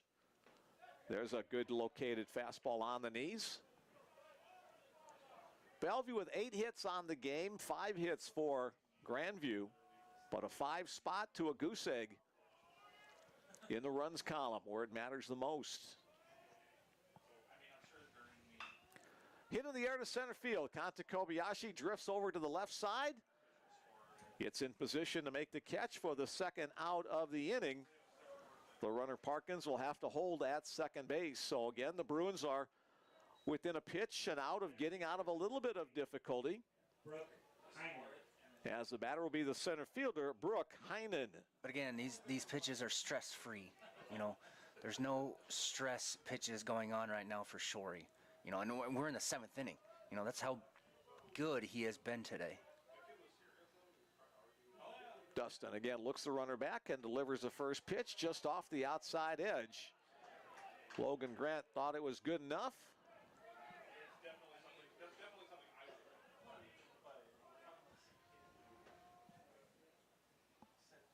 Brooke Heinen was hit by a pitch his first time up, got a hit his second time. That one's hit well to left center field. Lacey and Kobayashi, it'll be on the warning track. Jake Lacey will settle underneath that. It's hit well, but not far enough to retire the side. No runs on 1 hit. There were no errors and 1 man left on base. As we head to the 7th inning stretch, it's Bellevue 5 and Grandview nothing. So Jake Lacey went a long way to reach there and make the catch. Yeah, Shorey's got to be counting outs now at this point. Going in the bottom of the 8th, Shorey will be back out for the top of the 8th. Or correction, going to the bottom of the 7th, Shorey will be coming back out for the top of the 8th. He's got 6 outs to get. If you're counting outs, can you get 6 outs before they get at least 5 runs? I would like to think he could, the way this game has been going, but you never know. And so that's also where, Coach Monlux and Coach Malley and Coach Richie Moore, they got to talk about, what is our plan? Who do we go to if, this circumstance happens? So I'm pretty sure they're talking about that right now as there's some movement going on in the bullpen a little bit. But I'd be shocked if they bring somebody in right now for Shorey because of how well he is throwing and how minimal he is throwing. This is the 10th game started on the season for Dustin, as you mentioned, Chris, earlier on. He does have 5 complete games on the year, but most of those were the 7-inning second games of doubleheader situations. So we'll see how far he can go as Chris is going to check the pitch count. For Dustin Shorey, the Bellevue batters will try to open up some more space. It'll be the catcher, Logan Grant, to lead things off in the bottom of the 7th against relief pitcher Jason Moist, who's done a nice job coming on in relief of starter Drew Kahn, who allowed all 5 runs to the Bruins. First pitch misses away, ball 1. Grant 1 for 3 today, a double in the 3rd inning. Tries to bunt his way on, but it's going to be in foul territory. Did you check pitch count? I did. Shorey's we're talking about how minimal he is. He's 71 pitches through 7 innings. Wow. 10 pitches an inning. That is really, really, really unbelievable, to be honest with you. Like, you don't see that as there's a swing and miss for strike 2. You don't see that very often. Yeah, kind of the average is about 15 pitches per inning. Yeah, so 10 pitches per inning over 7 innings. That's just outstanding. 0-2 on Grant, trying to lead things off, or 1-2, excuse me. Logan, a little flare out to left field. And collecting it out there is the left fielder, Nolan Drill, for the first out of the inning. Third baseman Nick Grade next up for the Bruins. He too is 1 for 3. 31, Nick Grade.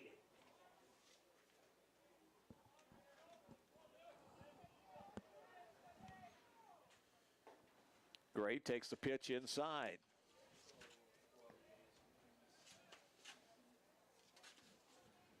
First year in the Bellevue program for Nick Grade. Down low, 2-0.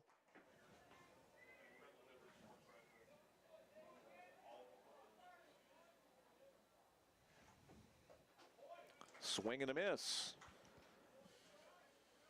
Nick started his college career at Columbia Basin College. Played 2 years there. He was a Gold Glove winner in that JUCO conference. Tries to hold up his swing, but goes around for the strike call. Now 2-2.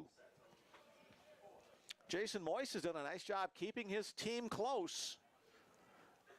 Action in the Grandview bullpen, however, as Moist coming out in relief, probably not used to going real deep. He came on. This is now his third inning of work.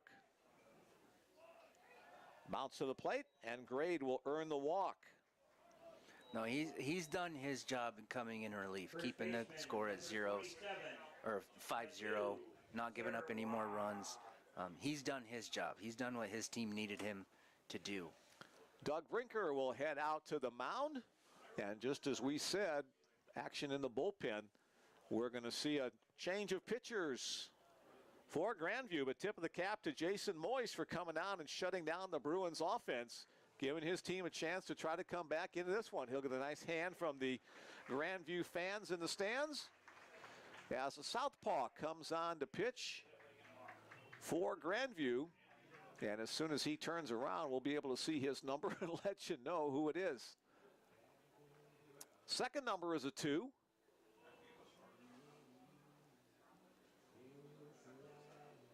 And the first number is a 3. So number 32, Cameron Rendoni. No, excuse me, that is Cade Armstrong coming on in relief. Third pitcher of the game for Grandview, Cade Armstrong. Cade's appeared in 18 games. He's 2-0 record. He's got a 4.7 ERA. He's thrown in 22 innings, given up 26 hits, 12 earned runs, 7 walks, 15 strikeouts. Teams are hitting about 300 on him and about a 6 ERA.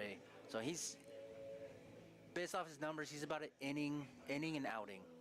You know, max probably 2 would be my guess out of him. So wouldn't be surprised to see him finish this game out to try and keep the arms as fresh as possible for Grandview if they're not able to get any runs on the board. So Cade Armstrong and Camden Armstrong, the 2-hole hitter for Grandview from Tiffin, Iowa. We'll assume they're brothers or cousins or just share the same last name. Here we go. The first man that Armstrong will face is Mathieu Sirois. Sidearm slinging southpaw comes in off the outside corner for a called strike 1. Yeah, it looked like a breaking ball first pitch, which is a good plan by the pitcher coming in out of the pen.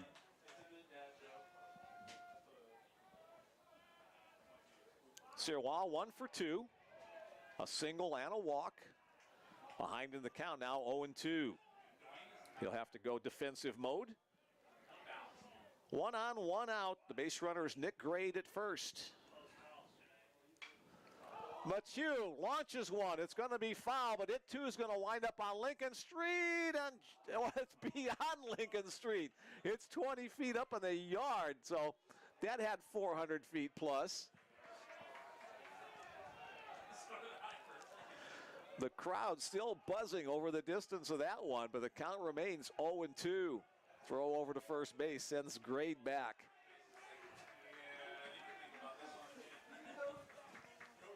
Yeah, he got out in front of that one a little bit. That ball went so far foul. It's insane. 400 feet down the line and about 300 feet foul. Here's the 0-2 pitch up and away, 1-2. The farthest home run I've ever seen hit here, you can't really see it. In the upper left corner, there's like a truck parked up the hill. You know, it would have hit like where that truck is in the middle of the street. I don't know what the distance is, but it was a jolt. Fouled right side, first baseman giving chase, but will run out of room. Good hustle by Brokemeyer, but winds up in the stands. It's good at bat by Mathieu so far. yeah, he put a really good swing on a ball that he hit foul, but he's doing a good job of fighting off pitches here, taking good pitches to get another one.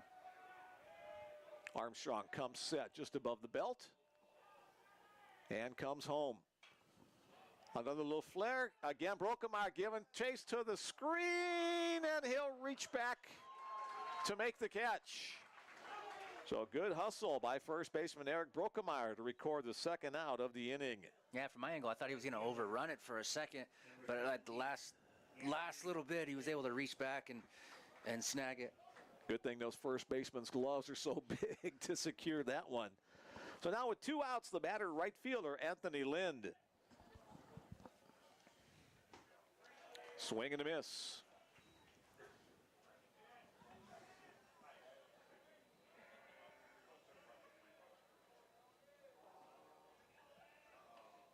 Bruins offense has not had a hit since Kanta Kobayashi's double in the 4th inning. They've had base runners, but they've reached on hit by pitches or walks. Lynn needs to think about hitting the baseball to right center. You know, with this arm angle, and he's not throwing extremely hard. Runner goes, swing and a miss. And a stolen base for Nick Gray. A great jump by Nick. He's now in scoring position. Lind is actually very lucky that a catcher did not throw the baseball, because he was over the plate and he would have got called for interference. Now 1-2 the count on Anthony. Another chance for Brokemeyer at first base in foul territory, and he'll glove that one as well. So back-to-back foul balls. No hits. Retire the side for the Bruins. No runs on no hits. There were no errors and 1 man left on base. As we head to the final 2 innings, our score remains Bellevue 5 and Grandview nothing. Dustin Shorey heads back out of the dugout, back to the mound for more work for the Bruins, trying to preserve the shutout if he can, but complete the win. Yeah, And yes, it just confirmed the Armstrongs from Tiffin are brothers. Thank you again to my new Iowa connection of information here. No, I don't think Shorey really cares about the shutout. I mean, he does. Don't get me wrong, he's a pitcher. He doesn't want to allow any runs. But at this point, just get 6 outs and move on.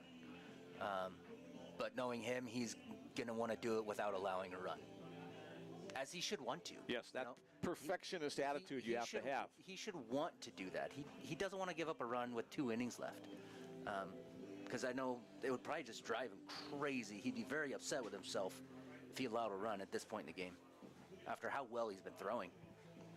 One more text message in the queue here. Tehran's twin brothers say, "Go Bruins.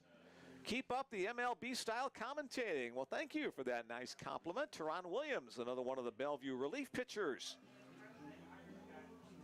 Tehran, the team leader in saves on this 2023 season. Glad you guys are joining us from down in the Show Me State. All right, here we go with the top of the 8th inning. It'll be the 8-9-1 part of the order.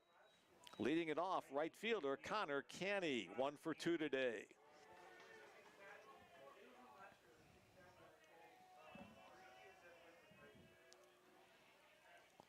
First pitch fastball, a little bit low.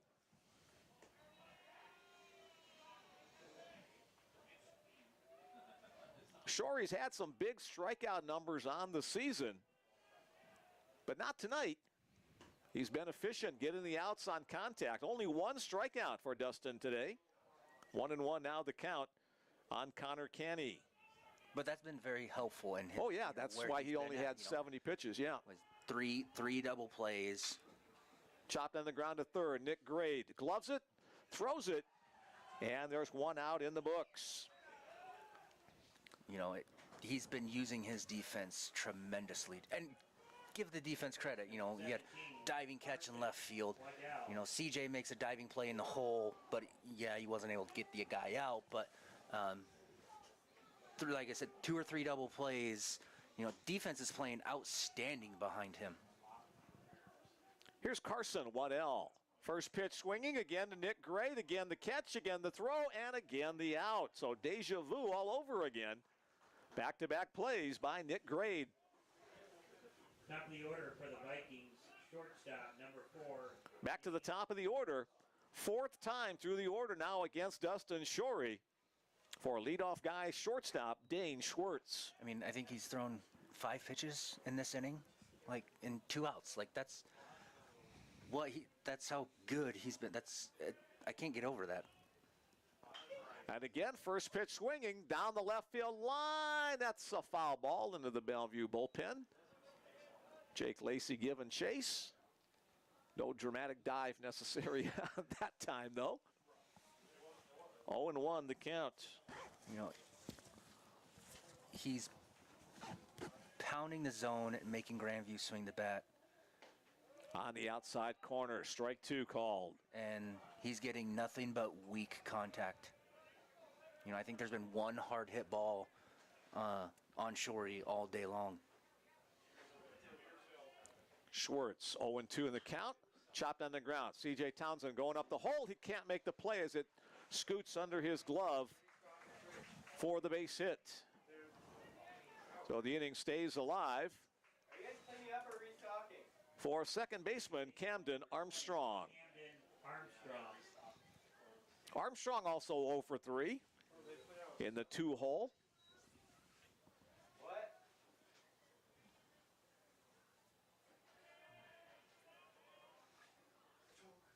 Wait. Off the outside edge, ball 1. Oh, you're cutting out. Nolan Drill has 2 hits, 2 of the 6 hits for Grandview. Nobody else with more than 1. Nice movement on that pitch from Shorey. Guys, Armstrong with the kind of a half swing that time. 1 on, 2 outs. We're in the top of the 8th inning. Nice pop, nice location, 2-2. Excuse me, 1-2. Yeah, look for a swing and miss pitch right here. I would say breaking ball outside corner. But first, a throw to put the runner closer to first base.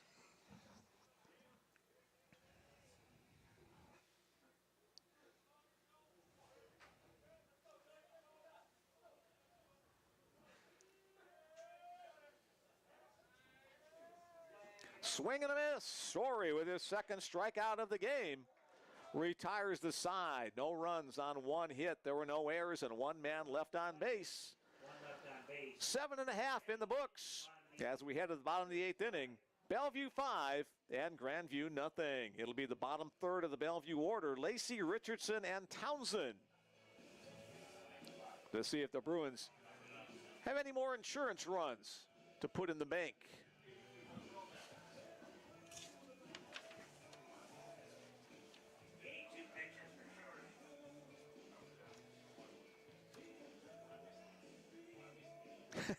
And one more text from my new friend in Iowa.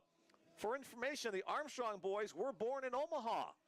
And yes, it's from their mom who's been texting us. So Mrs. Armstrong, I appreciate all the information you're sending this way and appreciate you playing along with us here on the Bellevue Sports Information Network this evening.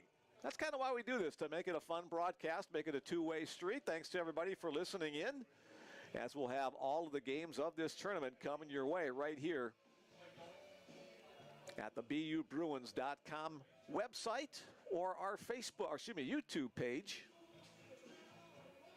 And you can catch rebroadcasts of all the Bellevue games we have covered this year on those 2 different sites. Just go to the Fan Zone on the webpage and look for the video links if you want to relive the fun of 2023. Starting it off for the Bruins, left fielder Jake Lacey. Tries to wait on an off-speed pitch, skews it off the top of the bat. Cade Armstrong back to the hill for his second inning of relief work, the third pitcher of the night for Grandview. Swing and a miss. Again, Bellevue's hitters with his arm action and the velocity of the ball, they got to sit back and think like they're going to hit it out of the catcher's glove. because they're so early. Popped up. Will that stay in play? No, it will not. Goes over the top of some of the Grandview fans on the first base side. The field lights just now starting to take a little bit of an effect. Off the outside edge, 1 ball, 2 strikes to count on Jake Lacey.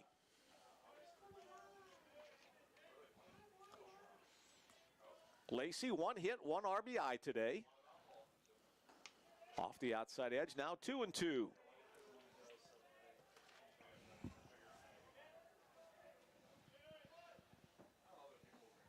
Camden at second, Cade on the mound, the Armstrong brothers, and the strikeout. First K of the game for Cade Armstrong as he gets Jake Lacey looking.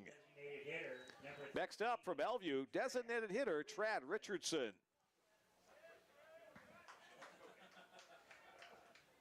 Let's see if Trad can make the adjustment, sit back, and hit it to the right center field. 2 hopper to short. From his knees, a throw across the diamond. A great play by the Vikings shortstop Dane Schwartz. Got in front of the ball, lost his footing, got back up, and the strong arm throw to retire Trad Richardson going down the line. Yeah, I didn't know if he was going to be able to get up in time, but he popped right back up like in one motion and made a very strong throw. That was a long throw, and he made it look very easily. We had a lot of misting and drizzle this morning in the Bellevue area, so the field grass is still a little bit slippery as we're going to have a pinch hitter here for the Bellevue hitting in the spot of C.J. Townsend. This will be number 36, Eric Anderson, the sophomore from right here in Bellevue. Didn't play here at Bellevue East, but played up the hill at Bellevue West, about a mile or so away. Eric, one of the regular pinch hitters and occasional DHs on the season for the Bruins. 1-1 the count on him. He's got some pretty good power, so I wonder if Coach Monlux is looking to possibly get one on the board right away with one swing. Hitting .269 on the season, 2 home runs, 3 doubles. Fouled over the top. Again, Bellevue has not had a hit since the 4th inning, the second double by Kanta Kobayashi, but they have been hitless for the last 4+ innings.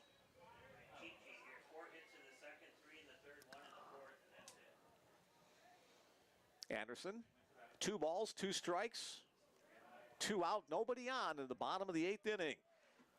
One last chance for Grandview in their half of the 9th inning. Anderson will wear that across his back, so he'll become the base runner with 2 outs.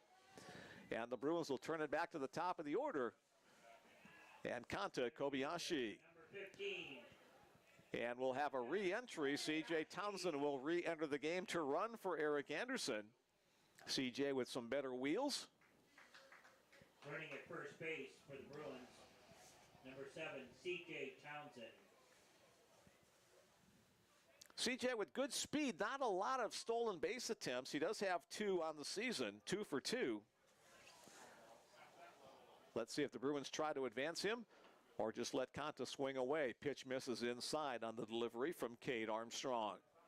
With the high leg lift, I wouldn't be surprised to see CJ take off at some point. We haven't seen a move from him yet, but I wouldn't be surprised to see him take off.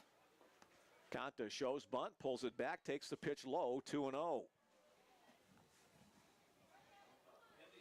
Drew Staley on deck. Should Kanta reach?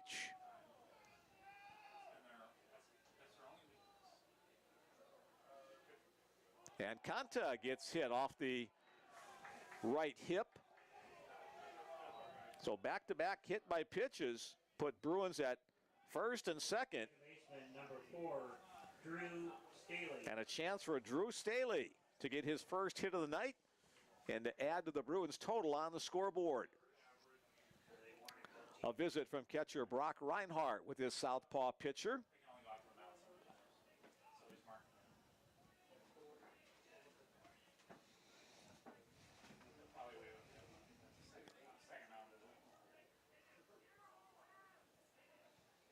Both teams with still plenty of mound visits should they choose to use them.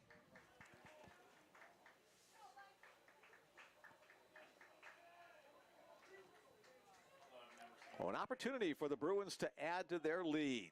Here's the pitch from Armstrong. Staley takes it upstairs.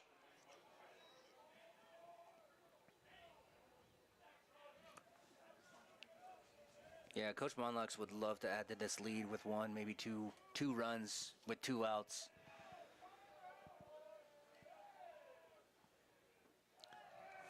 Low and away, 2-0.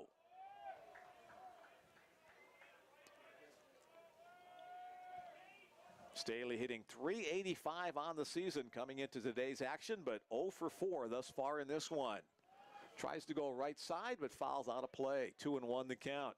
That's a good approach right there by Drew. Sat back, let it get deep, tried to hit it the other way, just missed it.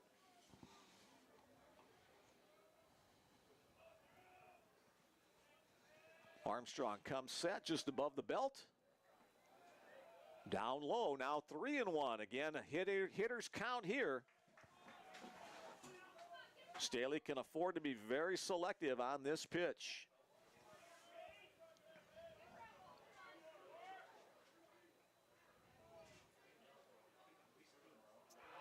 And it hits him in the front leg, so 3 consecutive hit by pitches will load the bases with 2 outs. And an opportunity for Logan Grant to deliver a big hit. But first, a visit from the Grandview coaching staff to talk to Armstrong and maybe bring in a 4th pitcher of the evening.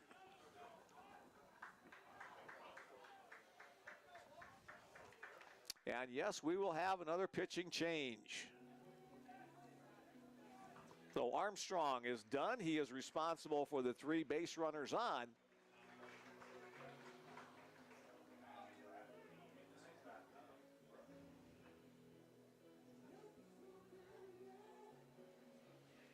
And again, as soon as we see, there we go, number 37 is the new pitcher for Grandview University.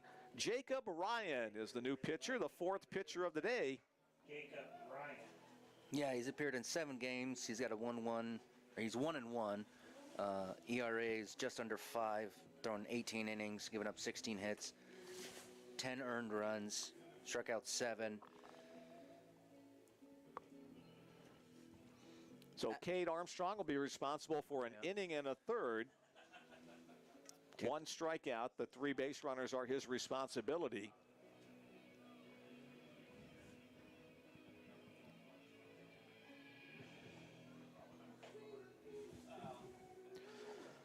Again, we want to let you know about tomorrow at 12 noon, the losers bracket game. Doane University will take on the loser of this one between the Bruins and the Vikings. And then the second game tomorrow afternoon will be at 3:30. It'll be the winners bracket game as Oklahoma City University will take on the winner of this one. So the loser of tomorrow's first game will be eliminated from the tournament. 2 more games coming up on Wednesday, and then a possibility of a game on Thursday to determine who goes on to Lewiston, Idaho for the Avista NAIA World Series. Here's Logan Grant. Logan with 66 runs batted in on the year. That's second best on the team. A chance for the back-breaking blow here. He'll be looking for a fastball right away. And he hammers it to right field. That's going to drop for a base hit. 1 run is in easily. Second runner, Kobayashi, around third. He'll score standing up. And Logan Grant with a 2-run RBI single. And the Bruins lead it by a score of 7-0. That was the Bruins' first hit in 4 innings. A big blow. Takumi Maeno will come on to courtesy run. Third baseman, number 31, Nick. And the next batter will be third baseman Nick Grade. Yeah, Logan was looking for a fastball, because that's what you usually get. Again, I've said it numerous times already today. That's what you usually get when relief pitchers come in. That one's hit down the line. Left field's going to go foul off the top of the roof of the ticket gate. So that was well struck, but ahead in the count. So Bellevue with runners at first and third. Maeno at first. Staley at third. Grade at the plate. That one, nice job by the catcher, Brock Reinhardt, to get his body in front of that one. Took kind of a backward spin.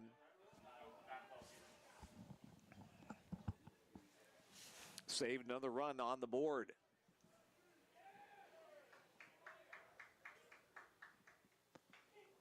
Foul back to the screen. There's that carom you were talking about earlier, Chris.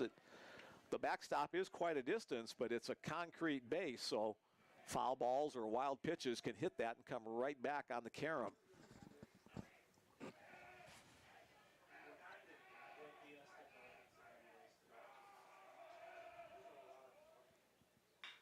Chopper to third. Glove there. The off-balance throw is in time. Nice job by first baseman Eric Brokemeyer to keep his foot on the base off the throw from Carson Waddell. The Bruins pick up 2 runs on 1 hit. There were no errors and 2 men left on base as we head to the top of the 9th inning. The Bruins 7 and the Vikings nothing. 7 runs on 9 hits for Bellevue. No runs on 6 hits for Grandview. Dustin Shorey back to the mound to try to finish off the complete game victory in 9 innings.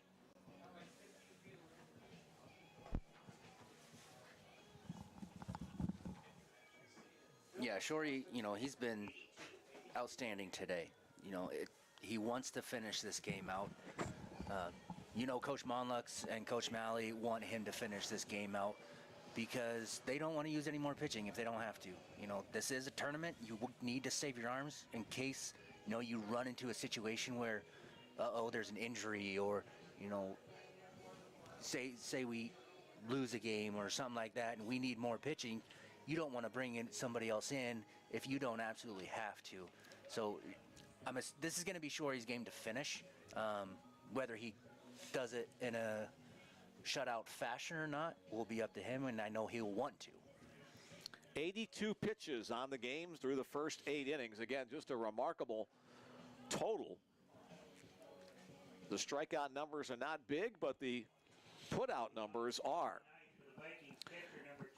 Dustin will be facing the 3-4-5 part of the order for Grandview in the top of the 9th inning. Leading it off, the catcher, Brock Reinhardt. Reinhardt 1 for 3 against Shorey. First pitch fastball, strike 1 called.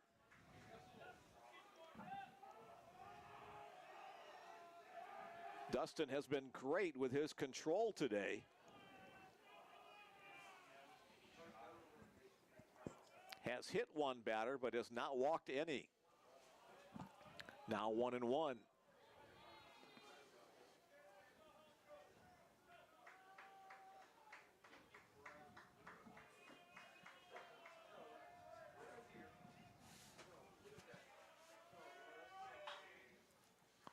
That one takes a wicked hop coming off the infield grass, gets over the head of third baseman Nick Grade for a single to lead things off for Brock Reinhardt and the Grandview Vikings. Yeah, I think it just hit the lip and just bounced right over his head. He couldn't get his glove up in time. The next batter, first baseman, cleanup hitter, Eric Brokemeyer. Brokemeyer 0 for 3 tonight. Tries to check his swing, can't do it. Throw back to first, not in time. 0-1 the count on Brokemeyer.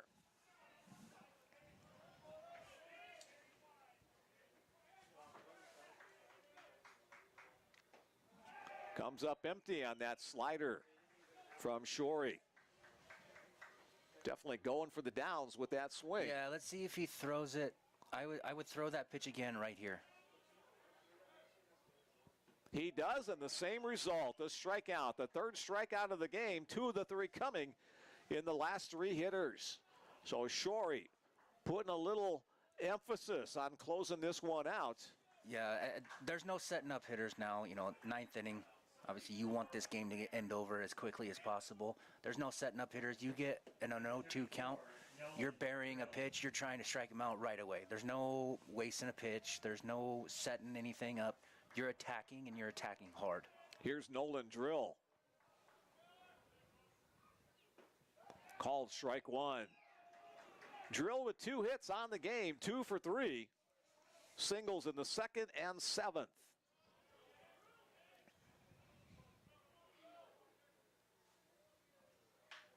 A little flare to short. C.J. Townsend able to handle that for the 2nd out of the inning. And the Vikings are down to their final out. The batter will be the designated hitter, Corey Prongi. Prongi 0 for 3 as well.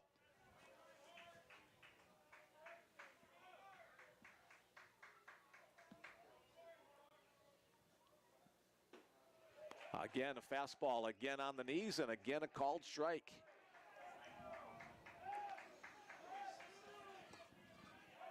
Dustin Shorey trying to put this one to bed. Swing and a miss, 0-2. Probably throwing as hard at this part of the game as he has done all game. He wants this game over. You know, he wants to finish it with a strikeout. Down to their final out are the Grandview Vikings. Or final strike, I should say. That one's fouled out of play.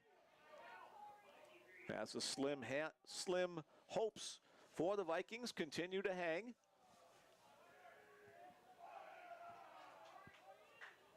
I would look for a breaking ball right here for him to swing over the top of. Breaking ball misses away. All the Bellevue players up on the top step of the dugout, ready to come charging out onto the field. Leading 7-0 in the top of the 9th inning. 1 pitch away, 1 strike away. A little nubber. That one gets past Shorey. Here's Staley with a bare hand, and Drew Staley with a bare hand play at second base will make the play to retire the side for the Vikings in the top of the 9th inning. No runs on 1 hit. There were no errors and 1 man left on base. That will do it for game number 2 in this opening round contest. The Bellevue Bruins 7, the Grandview Vikings nothing. A complete game shutout for Bruins starting pitcher Dustin Shorey. He runs his record to 9-0 on the season.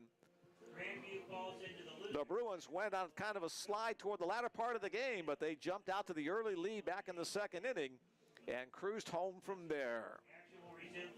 Chris, give us a summary of the effort for Dustin Shorey. It was fantastic. He finished the game with 95 pitches in 9 innings. And that's how contact-oriented he was today. Give him credit. Give Grant. You know, he made Grandview swing at pitches. I think Grandview wasn't patient enough, but I don't think that's. They're an attacking team, so they didn't do anything that they don't already do. But Shorey just made the right pitches at the right time. You know, he had defense played phenomenally behind him. You know, 3 double plays, I think. We had a couple diving catches in the outfield. Defense was fantastic today behind him. Offense all the way around in both games today, offenses weren't great. And that's to be expected. You're not going to have massive blowouts. You know, there were some across the regionals today, you know, but you're not going to have major, 20 some odd to 2 games and stuff like that, which there were a few today, but not here. And that's the credit to all the coaching staffs. That's a credit to the pitchers that were on the mound. Everybody threw well, and so it kept the offenses off balance. Tomorrow will be interesting with Doane and Grandview. Who are they going to throw? Where are they going to go? Are they going to make any changes lineup-wise? Because, whoever loses that game, your season is over. So how much emphasis are they going to put on winning and moving on? Because the loser goes home. And, that's a terrible feeling.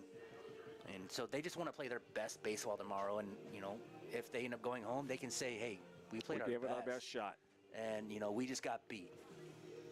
So tomorrow's schedule is now set. The 12 noon Central Time game, the elimination game between Doane University and Grandview University. Again, 12 o'clock start. We'll be back on the internet about 10 minutes or so before noon to bring you that one. And then the winners bracket game, 3:30 start for that between the Bellevue Bruins and the Oklahoma City University Stars. The Bruins winning by a score of 7-0. Oklahoma City winning earlier today by a score of 5-1. So the countdown to Lewiston continues in the NAIA National Baseball Tournament opening round. This first day is complete. We look forward to seeing you back tomorrow. For Athletic Director Ed Lahotek, Bellevue Baseball Coach Dwayne Monlux, Chris Williamson, our color guy, I'm Mick Krupski saying enjoy the rest of your evening and come on back tomorrow afternoon for more fun baseball right here on the Bellevue Bruins Sports Network. Thanks for joining us. See you tomorrow.